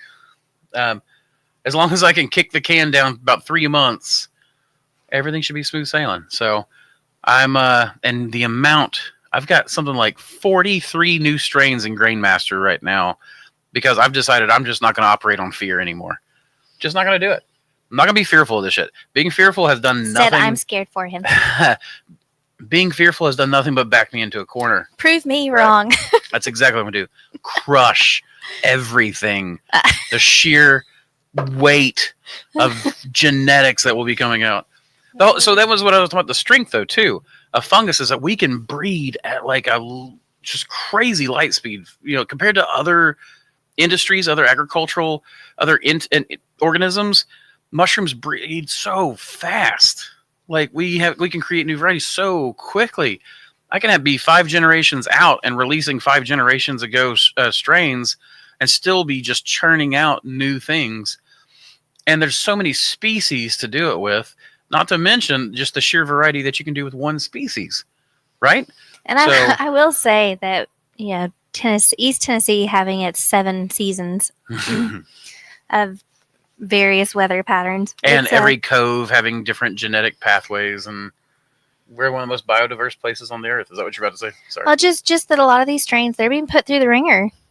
Mm. And then they're being, because we're constantly testing out different suggestions, and there's a lot of times where people will send us a whole palette of just a random thing they want to see if something will grow on. A lot of stuff is being exposed to a bunch of different, and this is kind of a part of our banking, breeding / everything else program, is that there's so many things these strains are being exposed to, grown on, temperature wise and everything else too. Like, they're going to work somewhere, somehow. What? Hammett on Instagram said, crush them. We did also Barn Singtons. You guys are the best. I think with your brains, anything could be made great. And then he said haggis is great, which I agree. Haggis is absolutely great. Peterson said hi, hello, color, and then Hammett said colors are important. I think that was during the diversity, about the diversity phenotypes and stuff. He said even in stone business, maybe sporeless strains. Dust is an issue. Spores from tons of blocks. And the showroom is important too. I agree with all that, Hammett. Oh my goodness, I'm definitely building up a lot of... Andrew is the strain commander. Wait, so I totally have banners designed. I don't have them made yet that are going to right here so that I can give my speeches and bang my fist. Right now, I'm just... Maybe that's a little too much. So boiled down soy hulls are commonly used, but one of the most GMO crops out there. I love to hear that you're using oats. With these being common and then condensed into our fruits is not good. Yeah, I'm not as big I'm not an anti-GMO person. But the sprays, that's the big thing, is that the GMO soy is genetic modification for the wrong reason. I don't know. I say that, but then it's like, because it's genetically modified to take the poison, they can actually use less of the poison because they can use it at more opportune times. So I get what they're saying. The biggest thing is it's too complicated an issue for me to hate on any one bit. But I know oats are local. I trust oats. I like oats. And soy always seems to be dirty. So my practical experience just tells me go with oats instead of soy. That said, people who grow on soy, I don't think there's anything wrong with it. You can grow on soy for sure. And we did for years. And people will for years. I'm sure. Oh yeah, for sure. I have liquid culture on some of lion's mane mushrooms that look like fog on the bottom of the jar. When I spin it, it makes it cloudy. Is that Michelle? That is such an open-ended question. I can't answer really. If it's powder, it could be bacterial. Here's the way that we always test if we're curious. Spin it up, pull a syringe, squirt it in a dish or a cup or something like that, swish it around, sniff it. If it smells like a dirty diaper, it's bacteria. If it smells like beer or pizza dough, it's yeast. And if it smells kind of bleachy, it's probably lion's mane. It does have a very bleached, almost astringent. And even then, each one has its own. And even then, like, beyond each strain having its own kind of unique smell, it also depends on at what stage it is. Like, if it's really old and the jar is really, really dark colored, because those do darken over time. I absolutely flipped someone out the other day whenever we shipped a syringe and it was like almost brown. Yeah, it was like mud water looking stuff. They're like, this is bad. This is obviously bad. And it's like, no, this Hericium colors. Tested on an agar plate too. Yeah, tested on. This is the thing with liquid culture, because you can't see, and because things that look contaminated aren't always contaminated, and things that look clean aren't always clean. We do a variety of tests. The sniff test. We do have a whole panel. We put it on grain spun, like pure grain, just to see what it's going to do. You can also stick a good portion, shake up the syringe really good, stick a few drops on a slide and look at it a little bit absolutely. under the microscope. If you know anything about gram staining or slide fixing, that's actually something I've been thinking about doing a class on. Like on here, pull up the microscopes. I've got cameras that will fit in the microscopes, and they'll fit into the HDMI ports here. So you can bring it up on the TV. Well, I could literally sit down and show how to do slides, because I spent only 1 year in microbiology, right? In school, going for microbiology. I only had the most basic labs, but in that I learned how to do swabs. I learned how to do, all kinds of basic biology testing for microbiology. I did how to mount slides and things like that. And it's just some basic stuff. I am no microscopist. A lot of people don't realize that my microscopes, just because someone's a microbiologist does not mean they know a lot about microscopes. They know the basic functions of one, and usually of a few. They know the basic functions of a few types. But a lot of times, a microbiologist takes a swab, grows it out, brings that culture to a microscopist who then fixes the slide. But having the basics is... And then there's identification and... Absolutely, you learn the chemistry behind, The most basic is like gram staining, things like that. So it's a good thing to know, I feel like, because it helps you play detective around your op. You can swab the strain. You can swab your mushrooms that are bacterial. You can then grow that stuff out. You can compare bacteria from one place to another. Look at Josh McGinnis and Everyman Bio. Oh, yeah, absolutely. Actually, that Instagram feed is like that's all poster child worthy. Does he do any microscopy? I thought he did almost all macro. I don't know, but even then, yeah. You were talking about bacteria and testing, so gotcha. I immediately thought of him. Yeah, but Michelle, if you don't, you can. There are all kinds of microscope basics. You can buy books. You can look at it online. You can ask him. I do teach people. I do remote consultations. So if somebody wants me to teach what I know, I can easily do that. I've been thinking about breaking that up anyways into lab consults and whatnot. So, but that said, Dr. Elaine Ingram, she's a soil scientist, I think. She's a great person to learn from. I think she's got some free YouTube videos. Now most of her stuff's behind a paywall, but I think she still has free YouTube classes. That kind of stuff. So maybe see that. Support for us to feed our mushrooms healthy food so we're not ruining one of the main benefits of these wonderful fungi. The issue of sustainability goes much deeper, sadly. I 100% agree. The biggest thing you want to stay away from with mushrooms is heavy metals, because while mushrooms are amazing molecular disassemblers, they cannot break down the atoms of heavy metals, I don't think. So they tend to hyperaccumulate those in the fruit bodies. I don't know if that's true of every mushroom strain, but it's certainly true of some of the ones we eat. I need to tint my olive trees tonight. Yeah, it's freaking cold here. We're past the point of tinting anything now. I think sharing the strains is good overall, unless you plan on patenting. But we should have a way to track the different strains.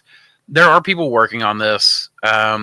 Kyle of Ikige, formerly Full Canopy, he split with those guys.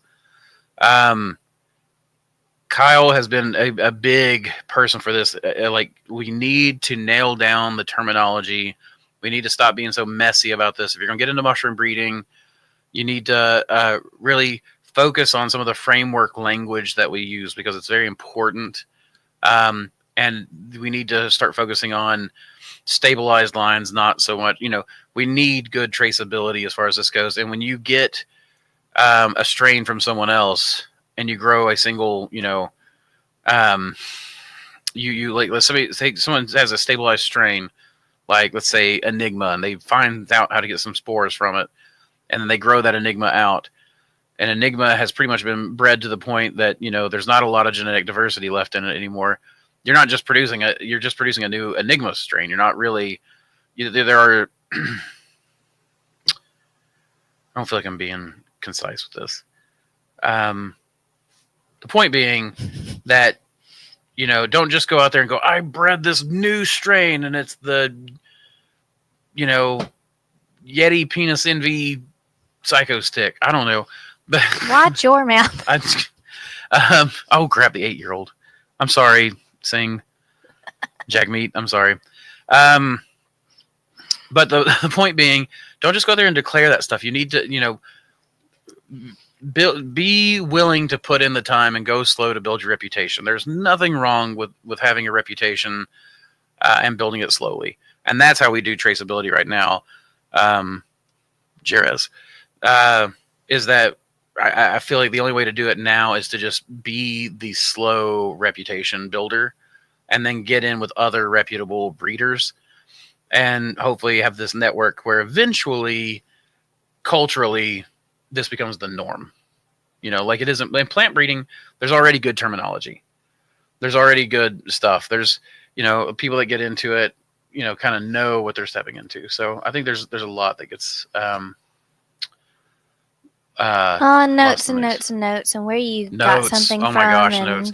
There's a lot of people who will buy in a strain, and then in order to create some consistency and flow with their branding, they'll change the name to fit some geographical part of where they are, or to reflect their geographical culture or heritage, or there's a lot of that going around too. And I know we named some of our strains like Copperhead and a bunch of other things, and I think it's okay whenever you're breeding the strain and you name it a namesake that kind of reflects where it came from or whatever, because a lot of these names are just numbers. Mm-hmm. And that does make it a little difficult whenever you sell it to someone just to talk to. I remember when we were growing shiitake and we were talking about 3790 and 3782, and there were so many other numbers, and sometimes I'm like, okay, I don't remember what that is. But if you're talking about the juniper shiitake, or you're talking about the halo shiitake, or like there's a physical characteristic that name represents, and that I can understand that too. But don't just like change a name just because. And there's been a lot of people who have said that. I remember attending one of Domo's talks, and he said it as well. And there's so many other folks that are breeding different varieties, and they've said the same too. Mm-hmm.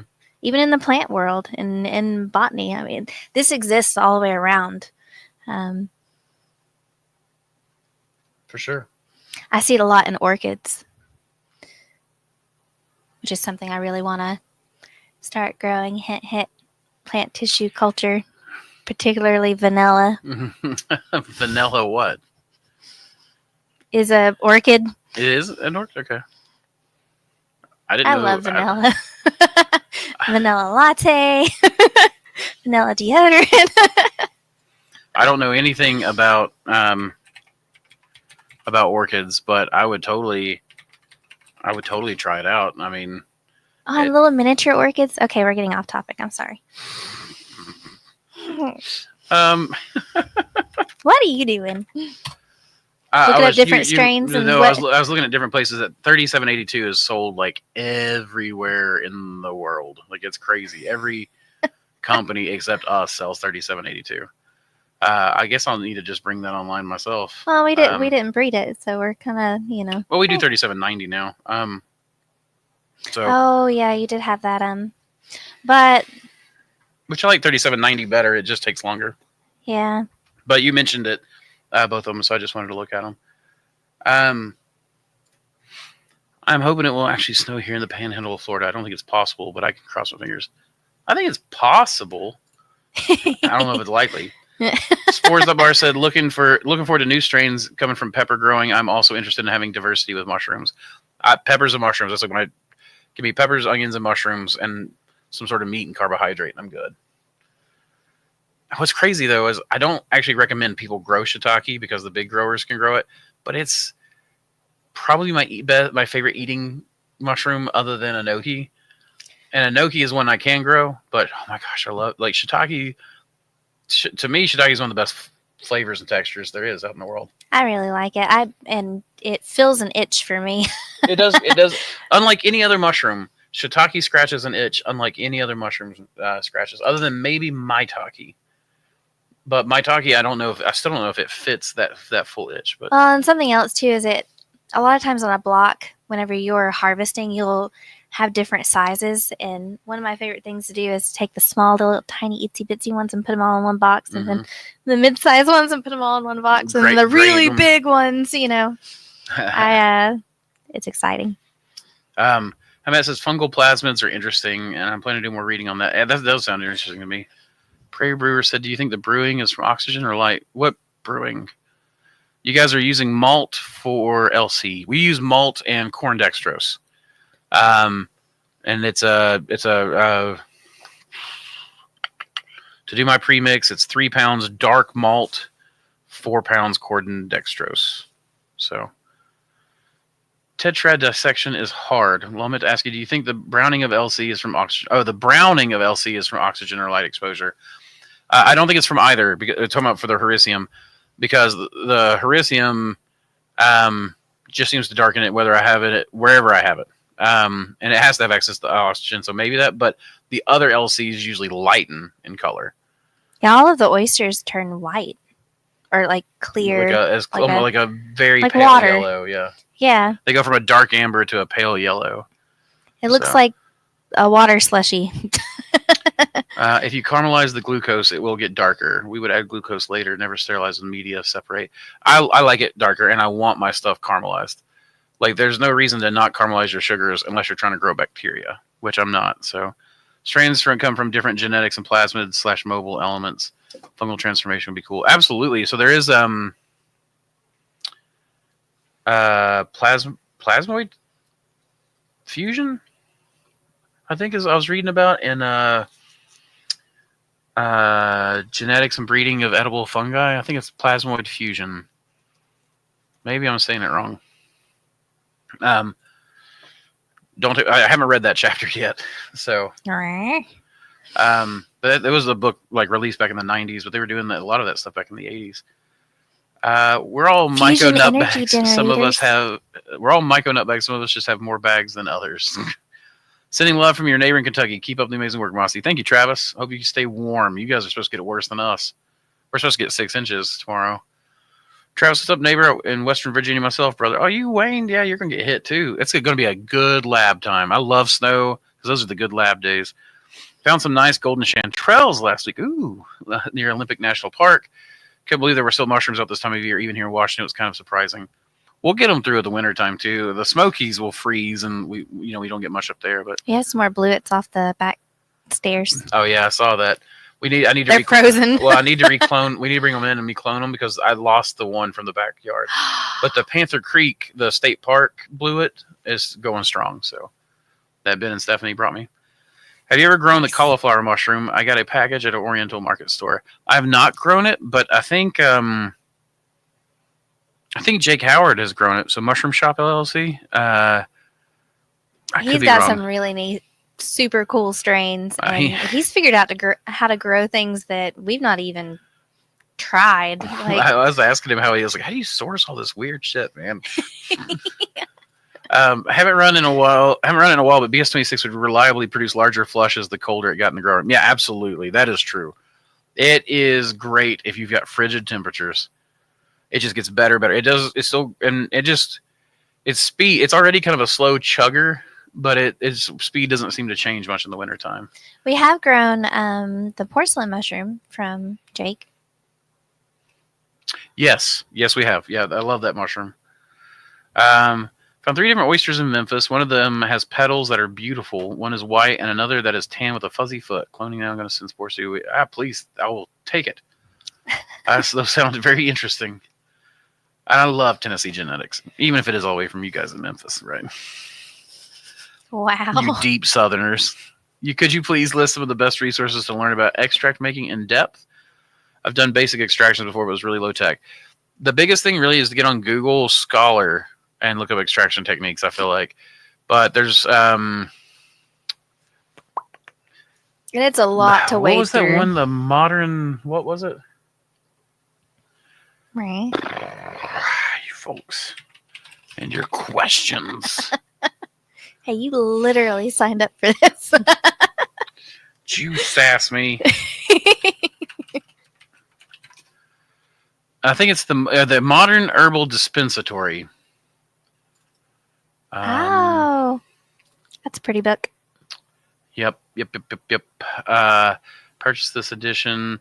Hey, it's on sale right now for $16. It was $26 when I bought it. So, the hardcover is $40 though. I bet the hardcover is beautiful. The Modern Herbal Dispensatory, a medicine making guide. And then I will link it. I think the link should work in the chat. So it is now in the chat. So David, that's a good one to go with. That doesn't cover every extract making. It doesn't cover every way I use, but it is a good resource. Make it a video release. Don't short yourself the views. I like that, Devin. Try the MO I sent you some time ago. It's a heavy producer and does well from 53 up to 65 so far. It's a Korean strain I cloned from a local market. MO. What does MO stand for? Is it listed as MO in my strain library? I will look for it. MO is Miles Oyster. Well, in our strain, that's right. In our strain library, we got to figure out what his MO would be. Do you teach how to keep records of your mushrooms? We can. I can show you guys how we do it. It's just a lot of Google Docs and Google Excel sheets and a lot of written documentation. Exciting. Way stuff. more written documentation than there is digitized. You can tell I'm a type 1 wing too, can't you? They have beans and toast at Waffle House. No, they don't. But the Scottish breakfast got me wanting breakfast. And they do have the All-Star there. And you can get Bert's chili on the side. Oh, goodness. Oh, it's so good.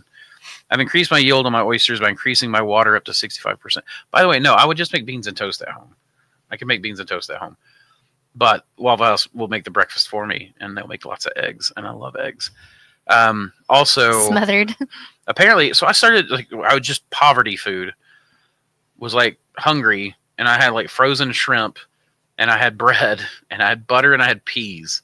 So I made this dish that was literally just buttered shrimp and peas that were cooked on the stove and then ladled over toast, and then you just eat it that way. And apparently, this is a Scandinavian dish that I didn't know about, but I fixed it one night.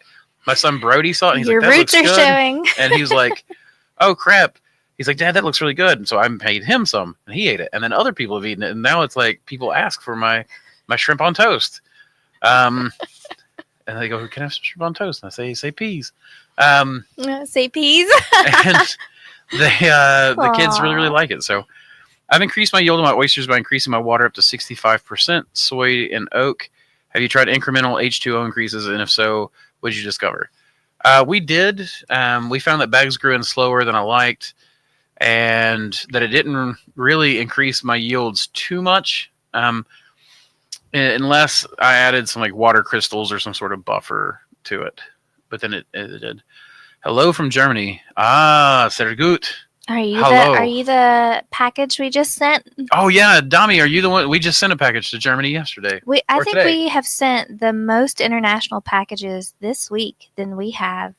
We sent to somewhere in Africa, Switzerland, Mexico, Canada, Germany.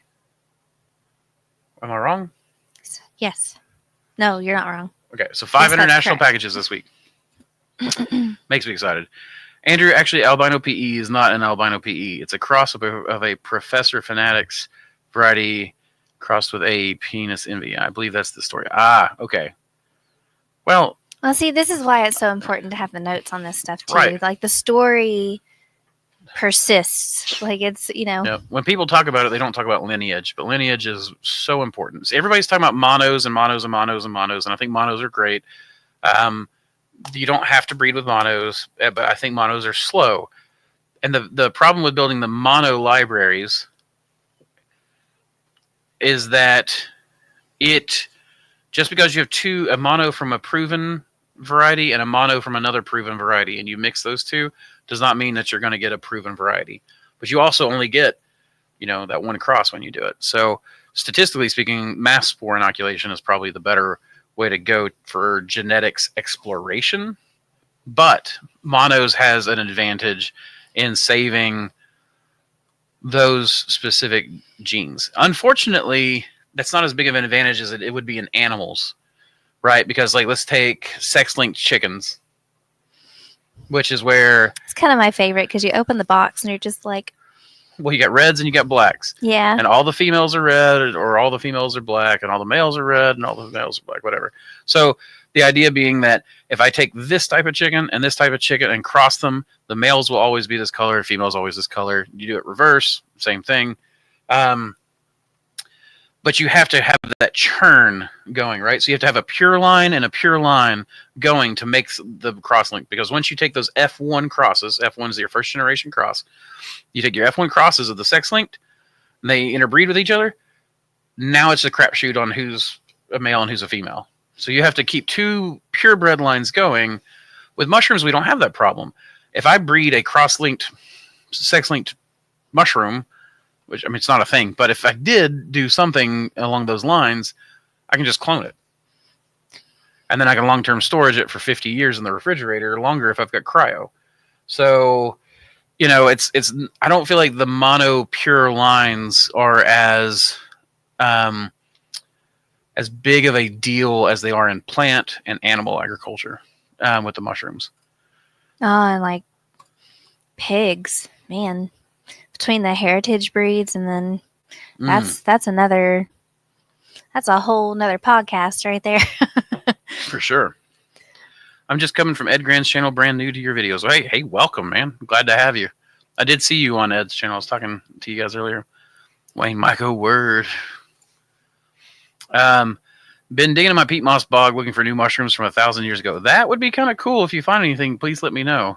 I wonder if we could go to that one bog in Granger County. Oh, I don't know. Okay. I'm sorry, guys. Instagram, I'm having to go back in time. Strains come from different genetics and plasmid/mobile elements. Fungal transformation would be cool. I started doing my tincture in jars under vacuum, and it stays much lighter. Interesting. I wonder what the absorption is like with the vacuum. You would think a vacuum would increase the absorption. Even agrobacterium transformation would be nice. Make glowing fungi. I'm very interested in that for sure. Maybe they will donate plasmids to your lab. I saw something where Sydney was doing something with the fluorescent glowing. Sydney has been, and Matt Shink. Matt Shink's been doing it for ages. It's like a paint, right? Yeah, it's a fluorescence. Was that Matt? It's not glow in the dark. I don't think it's no. Matt may have been working with him, but I know Sydney was working with it too. One of the things I want to do, I want to get my hands on some of the glow in the dark mushrooms, and I want to start breeding those. So if anybody has any for the mycologium, this is a good opportunity to mycologium. Sorry, Samantha, you're blacked out. It's okay. So I almost had them without looking. You know, it'd be really cool is if I pulled it back and he took it down so it looked like I grabbed it. Wait, what now? We don't have to do this. Grab it. Grab it? Are you done? Mycologium. And wow, that is okay. I can't keep up with you. Put it back.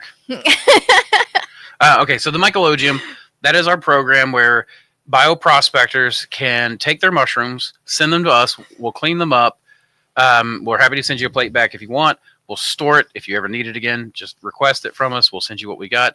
Of course, not everything survives through the process, but we do try to bank as much stuff as long as possible and put it in long-term storage.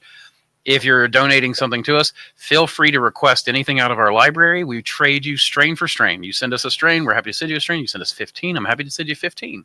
If you just want to donate, we happily just take the donations. But because there's some folks that don't grow at all. They're just hiking and they're excited Right. and they're like, hey, you're doing this really cool thing. Let's send it over and see what you can do from it. And then they'll follow us and they're not even farmers themselves. They're like, this is really neat, which absolutely gets me excited too. And so with that, people, donating, this kind of stuff, genetics and otherwise, we do want to. I will use this stuff in our breeding program, but I'm not going to sell your strains without permission. So I do have permission from Jacob Wolves out of Mongolia to sell the Mongolian Hericium. So I'm about to make some and Savior Bee to sell his lion's mane strains that he sent me from North Carolina. So we're going to have soon some Mongolian genetics available. We're going to have some North Carolina, Western North Carolina mountain genetics available, that kind of stuff. But we have a lot of things going through the mycologium. We're happy to hold your strains. Or we're happy to if you'll let us sell them, we're happy to do that to help pay for the mycologium to keep, producing and storing stuff for people. So if you find a 1,000-year mushroom in that bog, man, let me know. We will put it to good use. Bam, there we go. Now Samantha's back.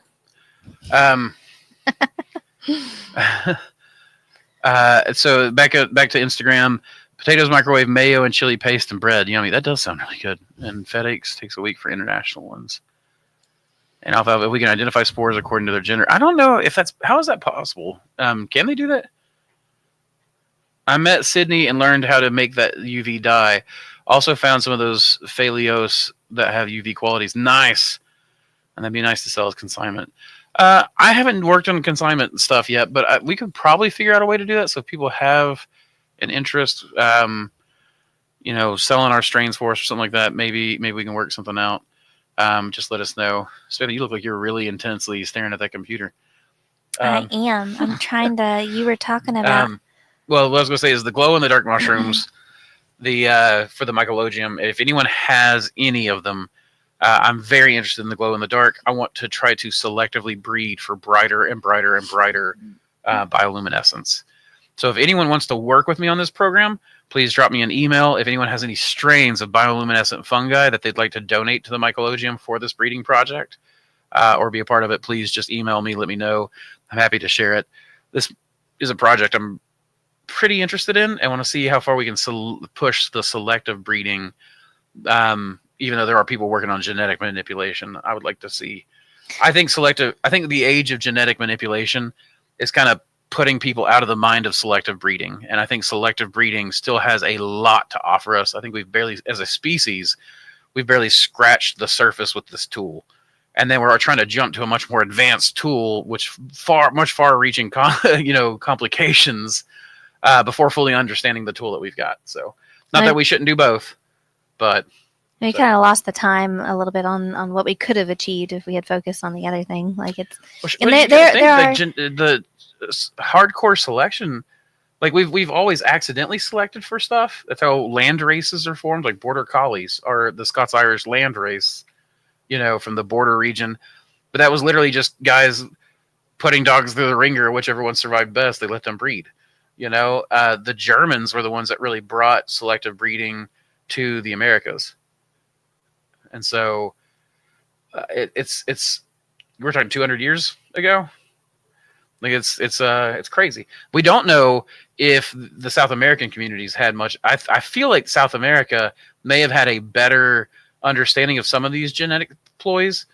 In the Andean cultures had immense diversity of potatoes, right, and an immense diversity of corn and things like that. They had this huge diversity of land races. I'll be back. Yeah, go check the dog. Yeah, he's hitting a certain pitch. Yeah, it makes me think somebody's here. And it's past time. That's probably just Lily, but go check. But yeah, I think I also don't know because, we talk about, you don't see a lot of animal domestication come from South America, but if you're living in the Garden of Eden and you've grown and selected for stuff to create these Gardens of Eden in South America, do you really need animal agriculture? Do you really need that labor? So I don't know. It's just something that kind of interests me there. But I'm really wanting to get into the bioluminescence. So if anyone who wants to help me out, please do. Plate spores on master plate and clone and test with tester strains or media for genetics. Evan,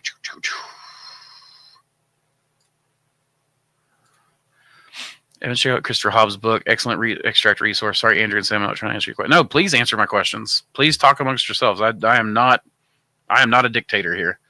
No male potatoes here. It's my favorite part of raising snakes. There's so many genetic variations, especially among boas and pythons. Yeah, and the other snakes probably just haven't been developed. Corn snakes. Oh my gosh, corn snakes have got such a huge diversity. Don't keep it quiet. Stream prediction. Just buy from Fungi Perfecta. They'll make you sign a contract forbidding just about everything. Yeah, they do, but it's like, how enforceable. So a contract is only as good as it's enforceable. And I don't know if they've even tested that yet. Who knows? I mean, so I'm going to have terms and conditions as well. And we are going to have a little bit of stuff on reselling my strains in the terms and conditions. So, but even then, those protections, not saying that I don't want people to pay attention to them, but those terms and conditions, only affect the people getting caught. So, Michael Leach, that's no big. I'd say big no. Low. My southern self wouldn't even know about beans and toast if it wasn't for my wife being from England. Yeah, they don't have it there. I don't think beans on toast is real. It is, and it's good. I think all they eat over there is fish and chips, but that's also good. You guys should do a limited edition MCM Collector's Liquid Culture Pack. That's a great idea, Doug. Okay, so I haven't made the announcement yet, but when some of these new strains come online to the website, I'm going to be retiring some of the old strains. What I may do is retire them into a collector's edition bulk pack. Like Mother of Pearl is going to be retired soon. And so what we might do is do a collector's edition MCM bulk pack that okay. That stays up for a little while until we're out of stock. And then those retired strains will say retired until, I bring them back out of sleep. What I missed? Just answering some questions. No big deal. It's definitely real. Lowell had some this morning. They have the right beans at Publix in the international area. Ooh. You were talking about glowing strains. Mm-hmm. What's the official word? I'm brain farting at the moment. Bioluminescent. Bioluminescence. And something else that with the mycologium has been that we've really ramped up the spalting side of things.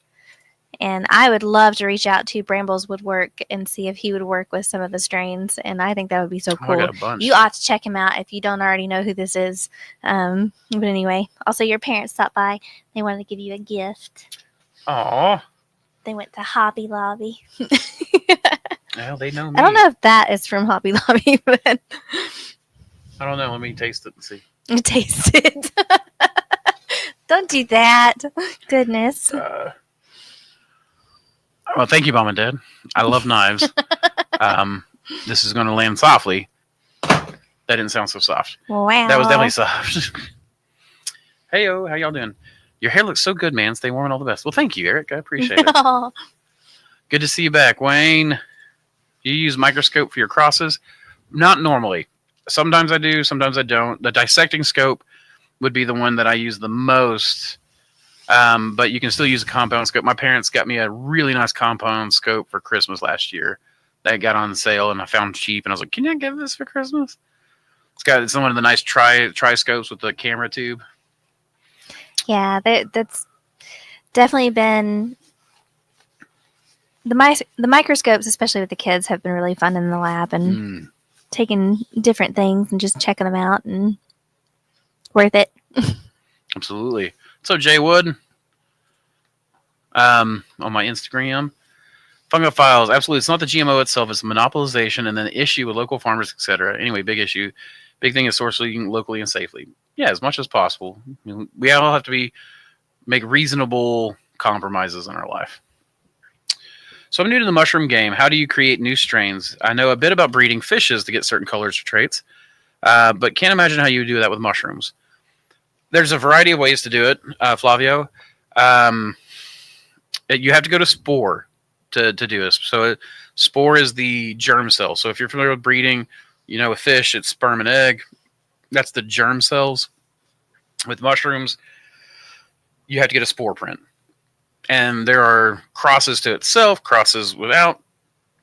There are There are different schools of thought on this. So there's what's called mass spore inoculation, which is literally just injecting spores into a substrate and then selecting mushrooms from that.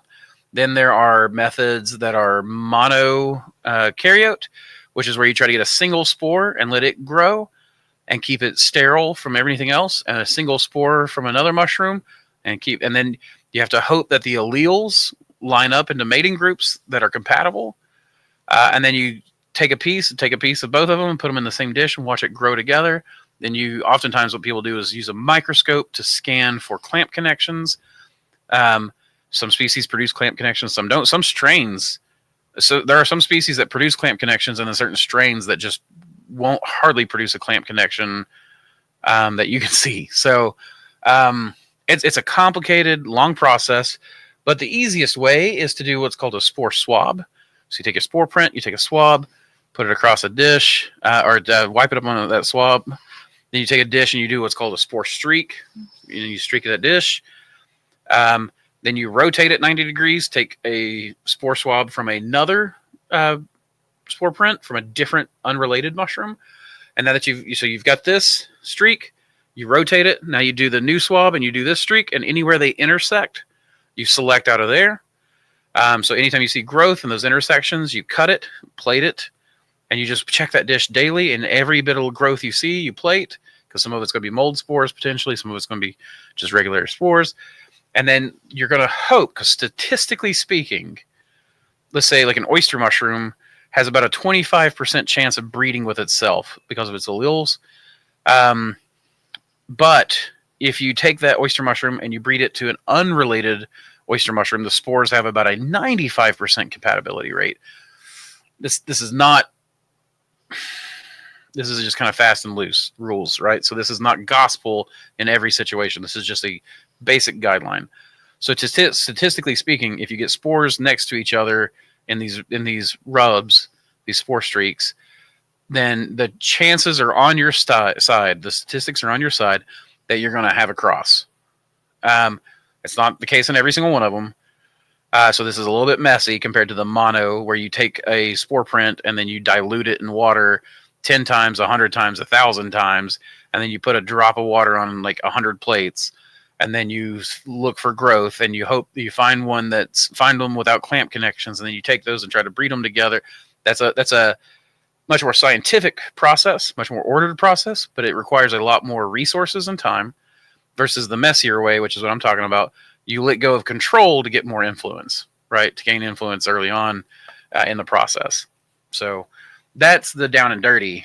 It gets way more complicated than that as you go. Oh, yeah. Do a class. Do all the class. We need more class. Catherine Potter. Hey, Andrew and Samantha. Been a while. Hello, Catherine. Glad to see you on here. No. Speaking of exposure, in fact, I think we started bagging up your Patreon for the past two quarters. We're behind, but those are going to go out. Yeah, my health crisis really put us behind a quarter, but we have got that stuff being packed up and going out. So, Catherine, I hope you are looking forward to it. And we ordered extra stuff. Speaking of exposure, being considering a trial on leaf litter to replace my hardwood pellets. It's going to be seasonal, but just interested in how it produces. Thoughts? I wonder. I think if the long leaves are brown, they should be a good carbon source. Leaf litter will compact down to nothing once it's chopped up. Once you run it through a shredder, but when it's a fine powder, it ought to do pretty well. Sterilize is what I would say in that case. In what form is the whole oats that you're using? Is it the whole oats that you feed to horses? They have shells. Is it in pellet form or what? No, it's just whole oats, just like a bag of oats that you feed to horses. It is literally the seed. It's like what you feed to horses. Yeah, you can plant. That's what I said. Okay. I just said that. And then it's the whole seed. I mean, you can literally plant it. When we have stuff spill, it sprouts. Yeah, it's not in so it's not pellet pelleted. form. No. Microscopy vids are difficult for numerous reasons, but community would definitely benefit from them if you want to put in the time. That's my big thing, is that it would be a step-by-step process. But a series would be nice. Even breaking it down into shorts might be useful. We can try that. Are we able to ask questions? Absolutely, Catherine. You're absolutely able to ask questions. I'm a little bit behind. Let's see, you asked that at 5:26 and it's 6 o'clock, so I'm 30 minutes behind. That's why I'm trying to churn through these and even interrupting Samantha a little bit so I can get through them faster. You don't have to be quiet. The amount of fights I have seen because of gift-only strains made me not want to gatekeep my isolations whatsoever. Yeah, there's a lot of that. Yeah, it's weird. Once you once you have a strain in your hands, you own it. Possession is 9/10 of the law, right now, right there. Yeah, but my thing is, give the person who bred it credit. At least credit. At least don't the courtesy of credit. rename something and sell it as your own. I don't know. It's just it's frustrating. Are you okay? My contact slipped. Okay. Do you have any plans on offering any bundles? See how frustrating it is? On the website, like a beginner bundle or in our Mossy Creek Favorites bundle? I don't have one right now. I used to, and I plan to have one again. We had a lot of people ask that this week. We have. So I will put a priority on that, and I'll talk to Tobias about getting that up on the website. I was guilty of this before I understood the depth of breeding and culture creation. It stemmed from setting myself apart from local competition, but after realizing my errors, removed them from my site. Yeah, I mean, I think we've all been guilty of it at some point, right? So me saying this is not being like shame on everyone who has done it, but rather can you stop? Because I went through it too. And there's something about being in the beginning. You want to make your mark in the beginning. And we as a society, we're not very good about paying our dues. And I've historically not been good at paying my dues. I get jealous. I'm a big jelly belly, man. Like, I totally get mad whenever someone's like channel surpasses my own.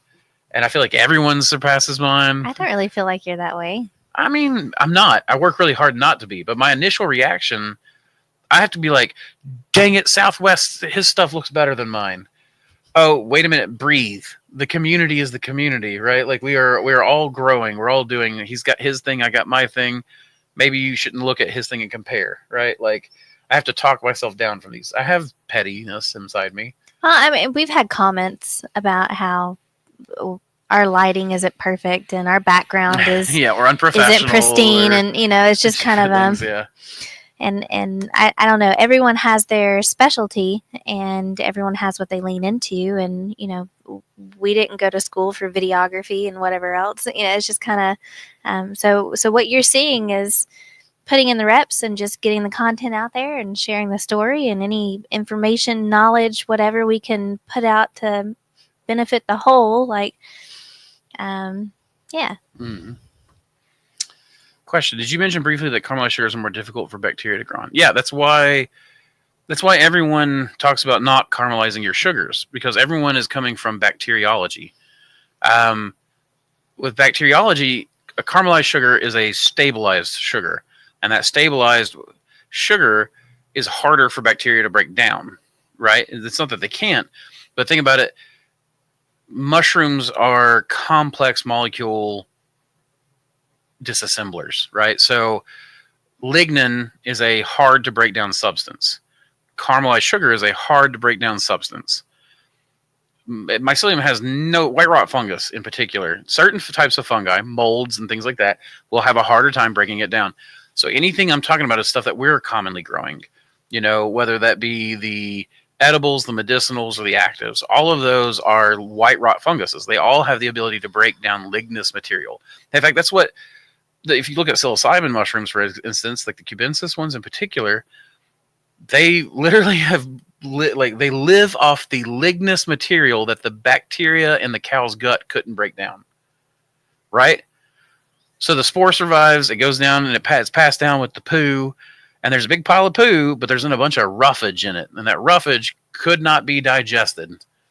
So the mushrooms eat the stuff that was undigestible to other things. That's the same thing with the caramelized sugars. So everyone's always talking about don't caramelize your sugars. Well, that's good if you're trying to grow molds or bacteria or things like that. But I want that complexity because I want something that's harder to break down so that my mushrooms don't have to compete for their food source. I'd like to try growing some BS26 oyster mushrooms that you sell. Is this your favorite blue oyster? Right now it is. That and Deep Blue Sea are two of my favorite blue oysters. BS26, though, in the summer, it's one of the few summer oysters, or one of the few oysters I found that will retain some of its color in the summertime. But in the wintertime, there is nothing that's that cobalt blue as the BS26. What's up, Frank? Jumbo Umbo. I tagged his emo when I sent it to you. It just stands for market or okay, cool. I'll pull that out and try to run it here in the cool weather then. Mike Roars, have you ever noticed tadpole-looking growth orbs in Oyster LC? I just noticed it for a second time in a fresh jar. The first time it produced fruit, so I'm not worried. Just curious if it's common. The tadpole/orbs have a distinct nucleus-looking density difference, color, wispy outer layers. Kind of like boba? The kind of like little boba bubbles kind of thing, Mike? Is that what you're seeing? All right, back to Instagram. While Mike pulls that up. I need a microscope for sure. Yeah, I love having a microscope. I don't get to use it nearly as often as I would like, but I definitely love it. Diploids will form if they're compatible, form dichirons, etc., and go through meiosis. Yes, that is correct. Appreciate you guys. Thank you. I'm just trying to grow on the regular without all the failures. I use tins, but difficult to clean at times. Yeah, Mouse, it's just practice. It's just it's like weightlifting. It's just putting in reps. It kind of just comes to you as you get into it. There's a certain amount that people can tell you, hence we can drop. We can even give you blueprints to follow, but it's all in the work that you do. It's like anything in life. You just got to do enough reps that you drown out the failures. Because I've been there. We have all started there. I've learned a lot from him too. Oh yeah, use pressure spray, steam. I've not used one of the steam guns before, but I know people that have used them for sure.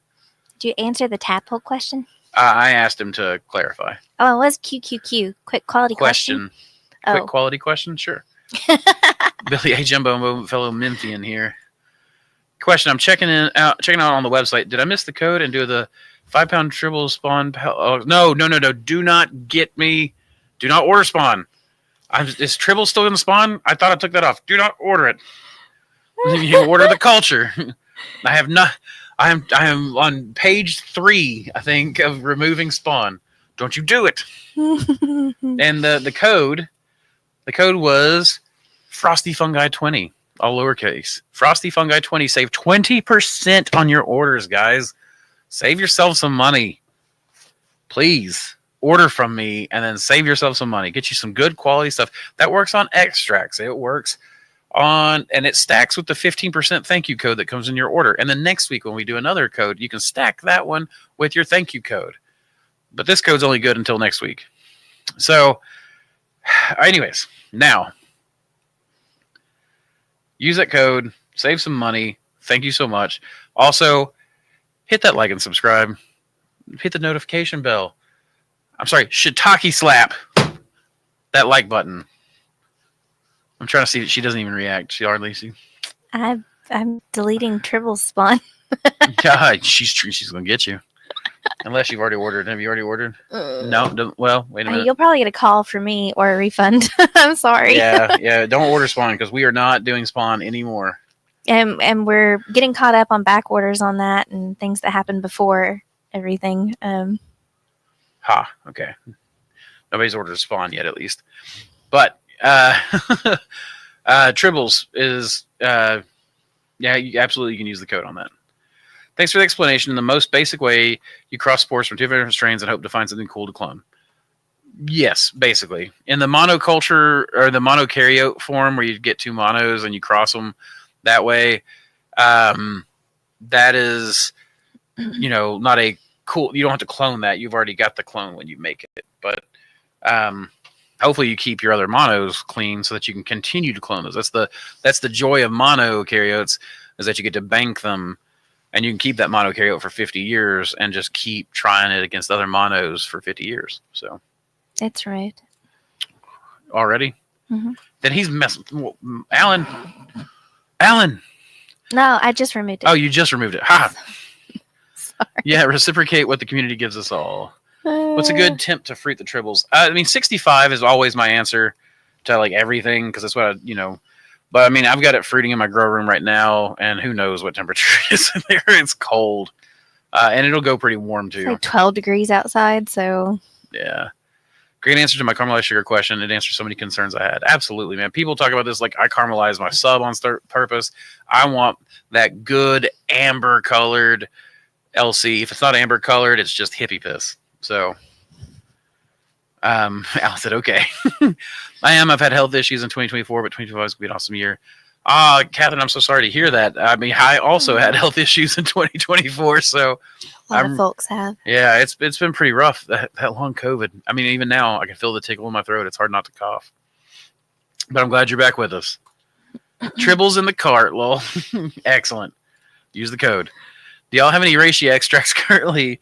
If not, is there a particular reishi culture that you'd suggest that contains high CPD levels for extraction? Okay, so as far as I know, the most testing that's done is on like 4 ganodinic acids. So I don't know of any strains that excel extraordinarily with that. I will say that Kurtzai is the closest related to the lucidum, which is the historic Chinese medicine reishi. It's our native reishi here in the southeastern United States, and it's like one gene cluster off from the lucidum. So they're actually not even sure if they're 2 different species or if it's just a variant of it. But it's called the golden reishi, and they do tend to be a much golder color. The RDTN2 is the best one for extracts that I've figured out so far. I don't have any testable or any results from testing done just yet on reishi. I was waiting for the company I use they had just gotten the test kits for the 3. They were only testing for ganodinic acid A. Now they're doing 3 more, I think. So is bleach naughty boy, is this a Q&A? It is.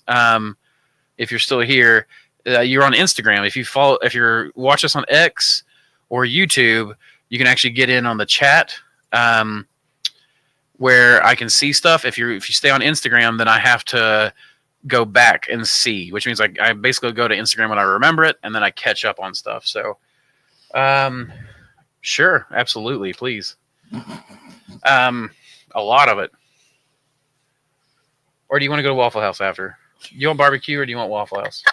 Because you and I, we're going to shut this down in 20 minutes. We can go to Waffle House. Aww. What would you prefer? I don't know. Well, then you decide, and then if you're not going to do Waffle House, you need to tell Collier quick.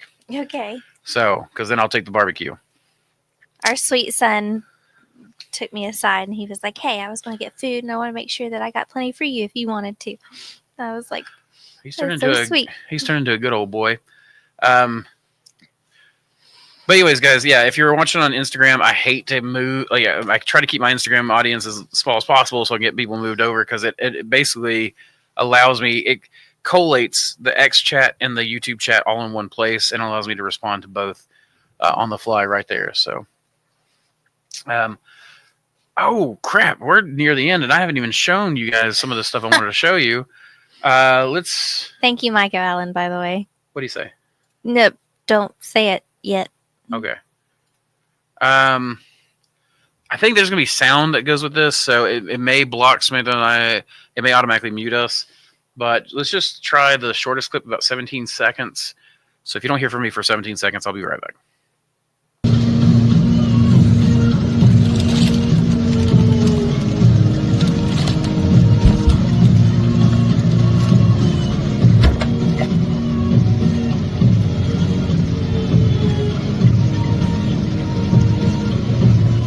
$20. So that actually, do what? Go ahead. Did you make sure it's a percentage? Will you make sure it's percentage? Fixed cart discount. Crap. Yeah. Oh my gosh. That would actually hurt if someone bought like $100 at only, 20% of $100 would be 20. So that was anyone who spent less than $100 before the code changed, you guys could have really saved some money. Holy crap. You could have got a strain for almost free. You could have gotten a strain. I might have had to pay you. I'm glad you caught that. That's kind of what we were doing on the Spawn, to be honest, is between the shipping costs, it was just... Yeah, free shipping with Spawn. We were losing money. Like Pacific Northwest, I lost money every order that ever went out there. So what you guys saw right there was... that was us running our liquid culture through a peristaltic pump. We were calibrating the pump. This is for liquid culture to bulk substrate, which I've actually got some pictures and some video of. We're 4 days since that was taken and already seeing significant growth. Maybe it's 3 days. Already seeing significant growth. That's a Hericium liquid culture. We were just calibrating it. Let me go to something else here. I might be able to talk to you guys while I do it if I focus on. Okay, hopefully you can hear me. So that's the jar setup that we've, and then this was just a calibration. So we wanted to document some of this for video sake. So we calibrated 2 or 3 times throughout in part just to get it. So we did 150 milliliters of liquid culture per 12-pound bag. And you can see this one here. So Samantha took this. You're going to pardon my bare feet here in a second. I work in lab barefooted. I don't wear shoes if I can help it. So just open it up. And then because we wanted to be able to capture all this stuff, I wasn't going as smooth as I could. But there we go. It's pump. What's interesting is a peristaltic pump is what's called a diaphragm pump. It works very much the way your peristaltic pump. Peristaltic pump is I think it's called a diaphragm pump. Anyways, what it is, it basically has rollers that roll along a tube, so it works much the way our musculature works, where it kind of squeezes down. So I just poured that in. But typically what you would want is that hose set up where you can just move the bag under, hit the foot pedal, and it just squirts straight into the bag. Did I already showed that one? This is slow motion, so it sounds kind of awful. I just like slow motion shots. I think they're really cool. We won't watch this whole. This one's 53 seconds long from a 5 second. Well, we did slow motion for 5 seconds, and it made 53 seconds worth of content. But that took a good bit of memory on my phone too. Oh yeah, I'm sure. But you can see the rollers, how they work. It kind of works in spurts, and that's it's a very I don't know, this way like a lot of biological pumps work, so to speak. So that liquid culture to bulk is going really, really well. With Hericium, Shiitake, and Oyster are all doing really well. My next test is on Enoki. So I've got 5 gallons of liquid culture that I just pulled out of the autoclave today. Most of that will be inoculated with some form of Enoki, whether that be white Enoki or golden Enoki. And then I want to test a couple other varieties on there as well. So because each one is a 1 gallon jar, I'll definitely be able to sit there and do a about 20 blocks per gallon, and I'll be able to do 5 varieties, right? And so that's 100 blocks. And the way the liquid culture bulk works, it's so much faster. There's no shaking required. It does take a little bit longer for the blocks to grow in, but the yields haven't seemed to change for us through it. So if you have a lot of space and you're short on labor, that's the big thing for us. Yeah. And thank you, Alan. I really appreciate you. I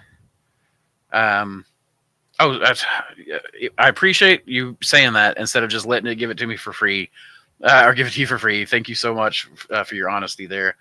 You should we'll throw in an extra syringe for your honesty just because you were good to us. So write that note down, please. Do y'all have any reishi extracts currently? We do. We have a single reishi extract. Please check it out. I like it. I take it every day. How to maximize oyster mushroom second flush when the surface of the block dries out, even with high humidity. Noah, so we do the U shape, which leaves a little flap, and then we pull the mushroom, and the flap just kind of goes back down. The block does dry out a little bit, but I don't do anything extra. No taping, no turning the block around, no anything. I found anything to be too much work for what it's worth. Just let it flush again. Hey, Alan, let me know what you want on that extra syringe. That's way too much of a discount. Yeah, Michael Allen, either reach out to Samantha and let her know what you might want. So, hey, Billy, grew up there in Florida now. Hey, Billy. Southwest might be closing. He's starting. Yeah, I saw that. I got the email for that. It kind of freaked me out. I think that he's moving more into like consultations. I don't think that he's been around for as long as we have it No, longer. No, he's not. He's been around about half as long as we have. I thought you started in 2005. Maybe growing in a closet, but that's about the same time I started in that. But we've been in business longer than he has. But he's been around for as long as a while. I've, really been thinking about I think micromycology, he might have had that longer, and then it became Southwest Fungi, but he didn't, or Southwest Mushrooms, but he didn't own the rights to that channel. So that blew past us, because he had a whole marketing team and cinematography team that came in and did it, but then they owned the rights. They were supposed to pay him. I don't think they did. I think they were selling stickers of his face and stuff without telling him. I remember that sticker. Their relationship broke apart, but then I think that's when his business started changing, was when their relationship broke apart, because they were not treating him well. Steve said, thanks. Another exact question. I know what you mean, extract question. Are there solutions to help make CMPDs more bioavailable, pull a lot of fruit bodies, alteration, etc.? Not referring to H2 or alcohol. So I don't really know. So there are other solvents. There's vinegar, there's glycerin, there's different ones. But as far as I know, water is pretty much the best extract for mushrooms total. Alcohol gets some of the esters, some of the volatiles. But there's not much that anything else gets that water doesn't already get. Water makes an amazing solvent. So I don't have an answer for your question other than I'm not sure on solvents. Almost all the studies I've seen use water, alcohol, glycerin, or vinegar. I've watched videos about setting the humidity in the fruiting tent, but have had a lot of problems with water getting everywhere. I feel like I'm starting all over again. Make your lows low and your highs high. Swing it. And let your humidity swing up and down. 65% on the low end, 95% on the high end. Those are your kind of starting numbers. Fidget with it until you get a balance that just feels right. Made my first liquid culture with light malt extract, but it got very cloudy. I poured 1 liter of water, 20 grams of LME in a jar, and sterilized it for 30 minutes, 15 psi. Should I boil it first? No, just let it get cloudy. When you inoculate it, the mushrooms will just eat the dry sugar. You'll see it clump around the filaments of the fungi. They'll literally grab it, they'll eat it, and all of that stuff will disappear. Don't worry about it. People will get, literally, I just dump sugars. I don't even mix my stuff anymore. I just dump it in, let it cook, and go. People do too much work for this. Grain to grain. I put boiling hot water in there and I do too. Try to melt everything, and then I still stir it. I put the hot water in if I can to let it melt, but if dissolve. If I'm making 5 gallons, what am I gonna? I'm gonna boil a 5-gallon pot of water, made with an instant hot water heater. Grain to grain doesn't mutate genetics. Yes. Everything mutates mutations just happen on their own. Physical disturbance, mechanical stress causes more mutations from what I've seen than almost anything else. Next would be UV light. There are some mutagenic like chemicals. I don't suggest you get any of those and use any of those. Most of those are cancerous or cancer causing. What's the word for that? When it causes cancer, there's a word for that. Cancerous. Maybe it's just cancer. I don't know. They are the only ones that are growing right now are the blue oysters that I got from you. That's because my stuff's good, baby. Oh, look at that. Samantha even thanked you for your honesty, Alan. You're very welcome. Much better here. Oh, it's a Hammett. Oh, what's the Hammett's over here now? Yeah, welcome. Do you think the aeration of certain genuses of fungi actives could be detrimental for alkaloid production? I don't know if aeration would be for that. So what I have, I was working with aeration and then did aeration to bulk and found that worked really, really well. And then was talking to a couple of people who were like, do you know what you're doing with that? And I'm like, I'm aerating the liquid culture. And he's like, well, you're changing the enzymatic profile. Someone apparently had done work on this back like in the 50s.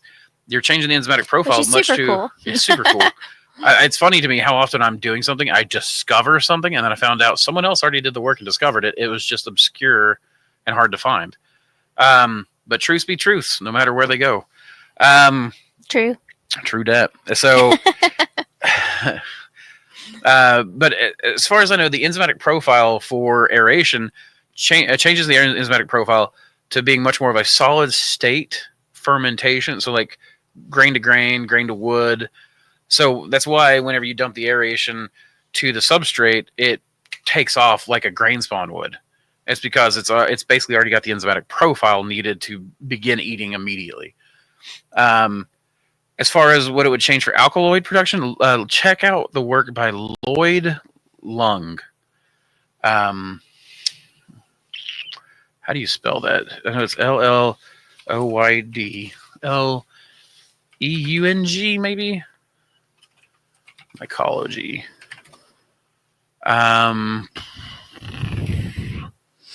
That's not right. Maybe lung is LUNG. Yes. I think it is. How are you not freezing? Why would I be freezing? I'm super fat. Oh, wow. Well, I can't find Lloyd Lung right now, but there's work by him. I've got some charts, but I'll have to find them to share them. But if you check that out, he's got like literally in liquid culture, how can I produce the most alkaloids and what sugar type is going to produce that? Pretty neat, right? Like so what he found through doing the study was, malt actually wasn't the best at producing alkaloids, but malt was the best at protecting a strain from lethal buildups, right? Like lethal genetic mutations that actually malt helped protect the strain from genetic drift versus and from enzyme blindness. But the best sugar for producing biomass was a really rare sugar, but the second one was dextrose. In particular, corn dextrose was the best at producing massive amounts of biomass quickly, even though it was the one most likely to have some issues, which is why I mix my sugars. And it's kind of similar with humans too. The cheap, easy to get sugars are feed a lot of things and cause the diabetes. Yeah. Whereas when we eat more complex things, then we do a lot better. Absolutely. Check sporehubs.com. Franco, if you're on Spore Hubs, why aren't you on my YouTube? You're supposed to be over here, man. Everyone should come over to the YouTube, and like I literally have Instagram up just so I can get you to YouTube and X. Let's see. Devin says, Steve, I think it's more a matter of extraction method and how much spectrum of compounds that process can yield. I've never heard of adding anything like when you add pepper to turmeric. For the alkaloid production. Gotcha. Using aerated LC. Use 4% honey. Honey's a pretty good one. I don't remember what that started out on the chart. And 30 minutes for 15 psi. I do 45 usually. 45 to an hour. Oops, I mean, you're all right, man. I got what you're saying. I boil my syringes and use 4 milliliters per jar for inoculation or of the honey. Well, it's no problem. I'm glad I can finally order from you all. Me too. What took you so long? No, I'm just playing. Mike from Southwest grows some beautiful reishi. He does. He really does. So do I. A fungal florist. Fungi florist. Oh my Fungi gosh. Florist. Yes, that is. He did a stuff. snowman today. He and Ryan Paul Gates. I've not seen a snowman. Oh my gosh, it's fun. I would buy his autoclave. I don't know if he's going out of business. I think he may be growing mushrooms and then doing consultations. I'm not sure. He kind of left that email kind of open-ended. It said 20 years. I wonder if he's getting into medicinal mushrooms. It's possible. There's a lot of people doing it. I'm definitely pushing my extracts as much as possible, but it's a crowded market. I'm not expecting to do like a ton of business through extracts, even though mine are the best. The sales from the extracts are going to test. They basically help fund the testing and the prototyping of new strains and making tinctures through selective strains. Man, you're not kidding. I can feel the temperature dropping in incubation. That's what the HRV's not keeping up with that. I might have to slow that down. I freeze anyway. Yeah, I actually struggle with anemia. So, Michelle, when people say, "Oh, sorry, what?" Just the reason why I freeze. 20 years. Like people, like I might say, "Oh, I've been in mushrooms since, 20 years since 2004 or something. You know, like Mike's younger than me though, right? How could he be this in 20 years unless he's been growing mushrooms in high school? Which, I mean, that would be. I don't know. I feel like Asian people and Black people just don't age. Well, that's fair. I don't know, but that said, It's a like thing. maybe he has been in it since 2004. I don't know at what size or scale, but you know, I would count out commercial years over anything. So, like I've been growing mushrooms since mid 2000s, but commercially I've only been growing them since 2013. He got from China, I think, in his mixer. Yeah, probably, but he doesn't use a mixer anymore. He's got 3 Thor baggers, or he might use the mixer some, but I know he's got 3 Thor baggers, like 2 of them for production, 1 for grain. No problem. Don't take my ignorance as gospel, though. Although I've just stuck to our extraction method once I dialed in it. Yeah, I mean that's the thing. Once you dial it in, don't change it unless you got a good reason to. Humidity sensor sometimes. Yeah, it depends on if you got a humidistat that'll actually calibrate though. Different temp water extraction could be a thing to try low, medium, high, and then combine the 3 in the end so the high heat doesn't break down the low heat compounds. I'll give it a shot. Yeah, so cold extraction is my favorite way to do it, but in order to do the pressure extraction, you have to do it with heat. So, you know, we use a combination of cold, hot extractions, pressures, solvents, sonifications, and what was the other? Mechanical extraction. Carcinogenic. Thank you, Hammett. Carcinogenic. Thank you, Fat. Jason Richards got it too. Carcinogenic. And then Ed had to be super scientific. Tetrogenic, carcinogenic, and mutagenic. Thank you guys. I knew y'all had to have my back. If LC to bulk catches on, I suspect high volume. Good job. I was just like cancerous. So, David, this is already a thing in Asia. I don't do anything new. People think I'm creative. I am devoid of creativity. That's not true. I wish it wasn't true. I would like to think I'm a creative and gentle soul, but I am not. I am neither creative nor am I gentle. I am violent. Wow. Wow. Enacting your will in this world is a violent act, just generally speaking. I'm playing. I mean, somewhat. arguably, yes. Right. But my point is, there are already companies that sell bulk liquid culture, and one might say that I may or may not be pushing liquid culture to bulk because I may or may not be about to start selling bulk gallon jars of liquid culture. And some of the How are you going to ship that? equipment. That's a great question, baby. You're going to find out. Oh, my goodness. It's going to be your job to box it.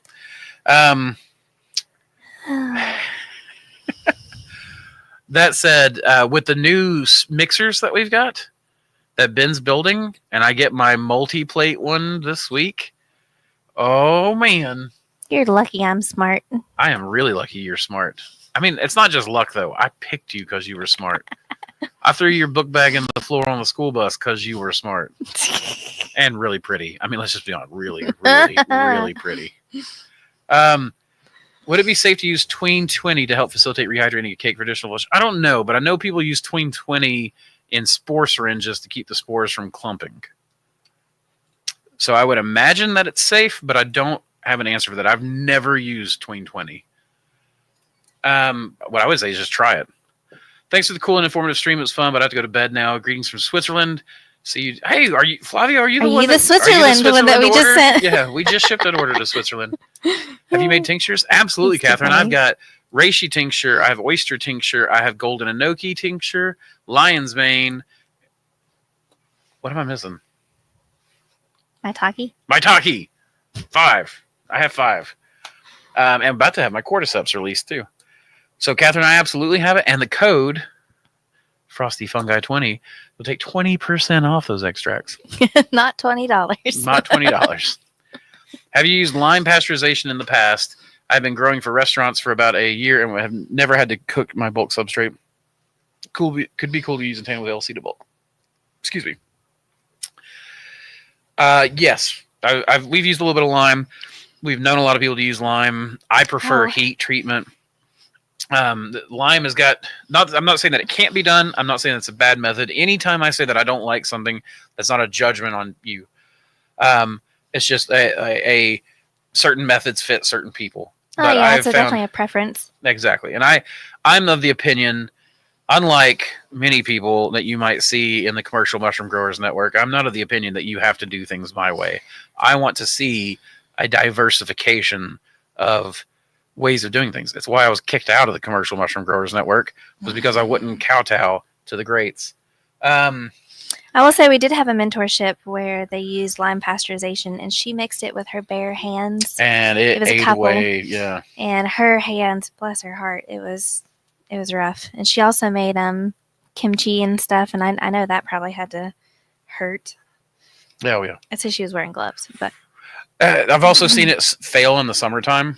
So it's one of those things where I feel like heat. Again, I've seen heat fail when our elements or something may go weak or something. So I'm not against it. I don't like it personally, but it would be interesting to test LC to bulk that has been pasteurized with lime. I could see how that might pair well. Well, I've been thinking about starting Enoki. Enoki is the best. It's one of my absolute favorites. Anybody clone Tricholoma? I have not. I think I've heard of someone clone it. I thought Dr. Oman may have cloned it. Hi, I love your content and channel. Planning to create 20 liters liquid culture and inoculate, e.g., 30 kilograms unsterilized wheat grain straight with a liquid culture. What do you think that is feasible? I've tried 2 or 3 times now. I've tried to hydrate and inoculate at the same time. So like just pellets in a bag, dump a gallon of liquid culture, hope it worked. It's never worked for me. I've tried and tried and tried, and I don't see why it wouldn't work. Like it pisses me off because it should work. The mycelium, I don't care if there's contamination in a fruiting block. If I can just get most of the block colonized and then let it fruit, that would be a good way to go. I don't know why. I think it's please try it and please share if it works for you, because I really think that'd be great. He's been growing for 20 years. Yeah, I mean that's what he was saying. So you and Mike is who I learned from to start growing. So thank you much. Yeah, Mike's a good teacher, and I think if he's going in the consultation game like I think he is, I think that's going to do him really well. I think he's a better teacher than I am. Not saying that I'm bad. He has my Taki growing as well, I think. Yeah, I mean, I do too. You might actually be able to see it. It's getting all gooey back there, but I've got a wall of my Taki incubating. Too cold. I have 2 sets of socks on my feet. It's cold and it's getting cold here too. I can feel it on my back. Like the temperature is literally dropping. It's kind of making me feel like I gotta go pee. Bought an autoclave from Mike. He was doing bulk substrate. I need to make more tinctures, and I do the dual extract. Yeah, dual extract's the most common I've seen. Sell bulk liquid culture in plasma bags. Well, I've grown liquid culture in unicorn bags. It's super easy. there was actually someone emailed. She was a nurse, and she was absolutely doing LC in plasma bags that she My problem is they're had too small. saved from work. From work? Yeah. Yeah, and I was just like, I've seen that. wow. And I've seen people do it, but I just can't see you doing a ton of it that way. I've not seen. Do they make really big plasma bags? Oh, What I would like to do is get to like down here at Sustainable Aquatics, the place where I learned to do the aeration tech in the first place. They grow sterile algae culture in 200-gallon bags. So they just do these 200-gallon bags and aerate their liquid culture of agar. So. You could ship bulk LC and IV bags. There you go. The same thing as the plasma bags. Same asking the right questions. Left mind is how much is shipping going to be, Andrew? It doesn't matter. The customer pays shipping. Even if shipping's free on my website, the customer pays shipping, right? It's built into the price. Bag it. Yeah. So my big thing right now is Ben and I are trying to, we're bagging it. But Ben's wanting to use his new stirrers with the stir bar in there, but I'm thinking the stir bar is going to wear the plastic out. I think you're going to go in there one morning and the plastic bag is just going to be deflated and just LC all on the floor. And that's a sticky mess. Jelly liquid culture. So that's a thing. Foxy. Black Lightning, I think is his name, on the Experimyco subreddit. Has absolutely made gelatin spawn. And he grew it at a temperature where it was liquid. When it grew all the way in, he then just solidified it and then could ship it, and they would warm it up and then shake the crap out of it to break it up, warm it up till it melts down, and then they poured that. And it's something that I definitely want to try. So, but you have to keep it below temperature so it'll stay solid. I've never tried growing truffles. I've never even eaten truffles. I would love to. I've actually had some people emailing me, wanting me to get a sample, but I just can't afford the price on it right this moment. I need to focus up my business until about March. March is when I will be, I think, in the clear. PEG, polyethylene glycol or something. Talking about thickens the culture. Interesting. You can do that. Glucose, maltose, and mannose. There we go, Michael. You found it. 5,000 milliliter one chamber infusion bag. All right, problem solved. Thank you, guys. Hey, I sent you all some cultures a few months ago and haven't heard anything back from you. I know this gets busy. Please don't forget me. Primitive. Will you write down Travis? Primitive mycology. I know. Yep. I know exactly where his are. I'll get you taken care of, Travis. I apologize. I have been. Well, remember the health crisis and stuff. I'm better now, so I can focus up. Grain gets too wet, does not work. Yeah, you need it dry-ish. With lime, I hydrate and a knock at the same time every time. When you sell bulk LC, I'll buy some and test it out. Sounds good to me, Noah. I'll have it. Oh, shoot, guys, we're 2 hours and 40 minutes in here. Yeah. Well, that's cool. We're on the last comment here. Ocean says, Adrian, I heard you mention the health benefits of Enoki. Can you share any references or sources of that? WebMD was the place I went, and they have their references. Golden Enoki heart health, I think is what I looked up last time. WebMD.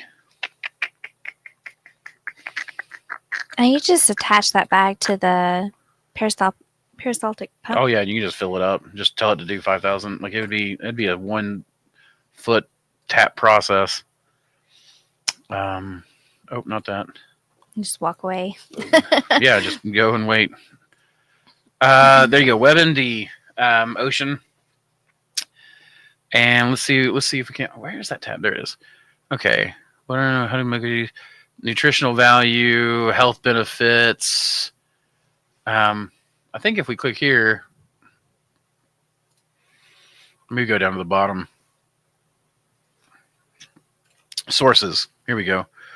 So they have all these. I will copy and paste. Boop. There you go. There's the link to the WebMD article, and you can go down there and look at all their sources. I need to look up the sources a little bit more and really look into it some more. But where I have gone and looked at other studies, you can go on Google Scholar and look up some of the stuff.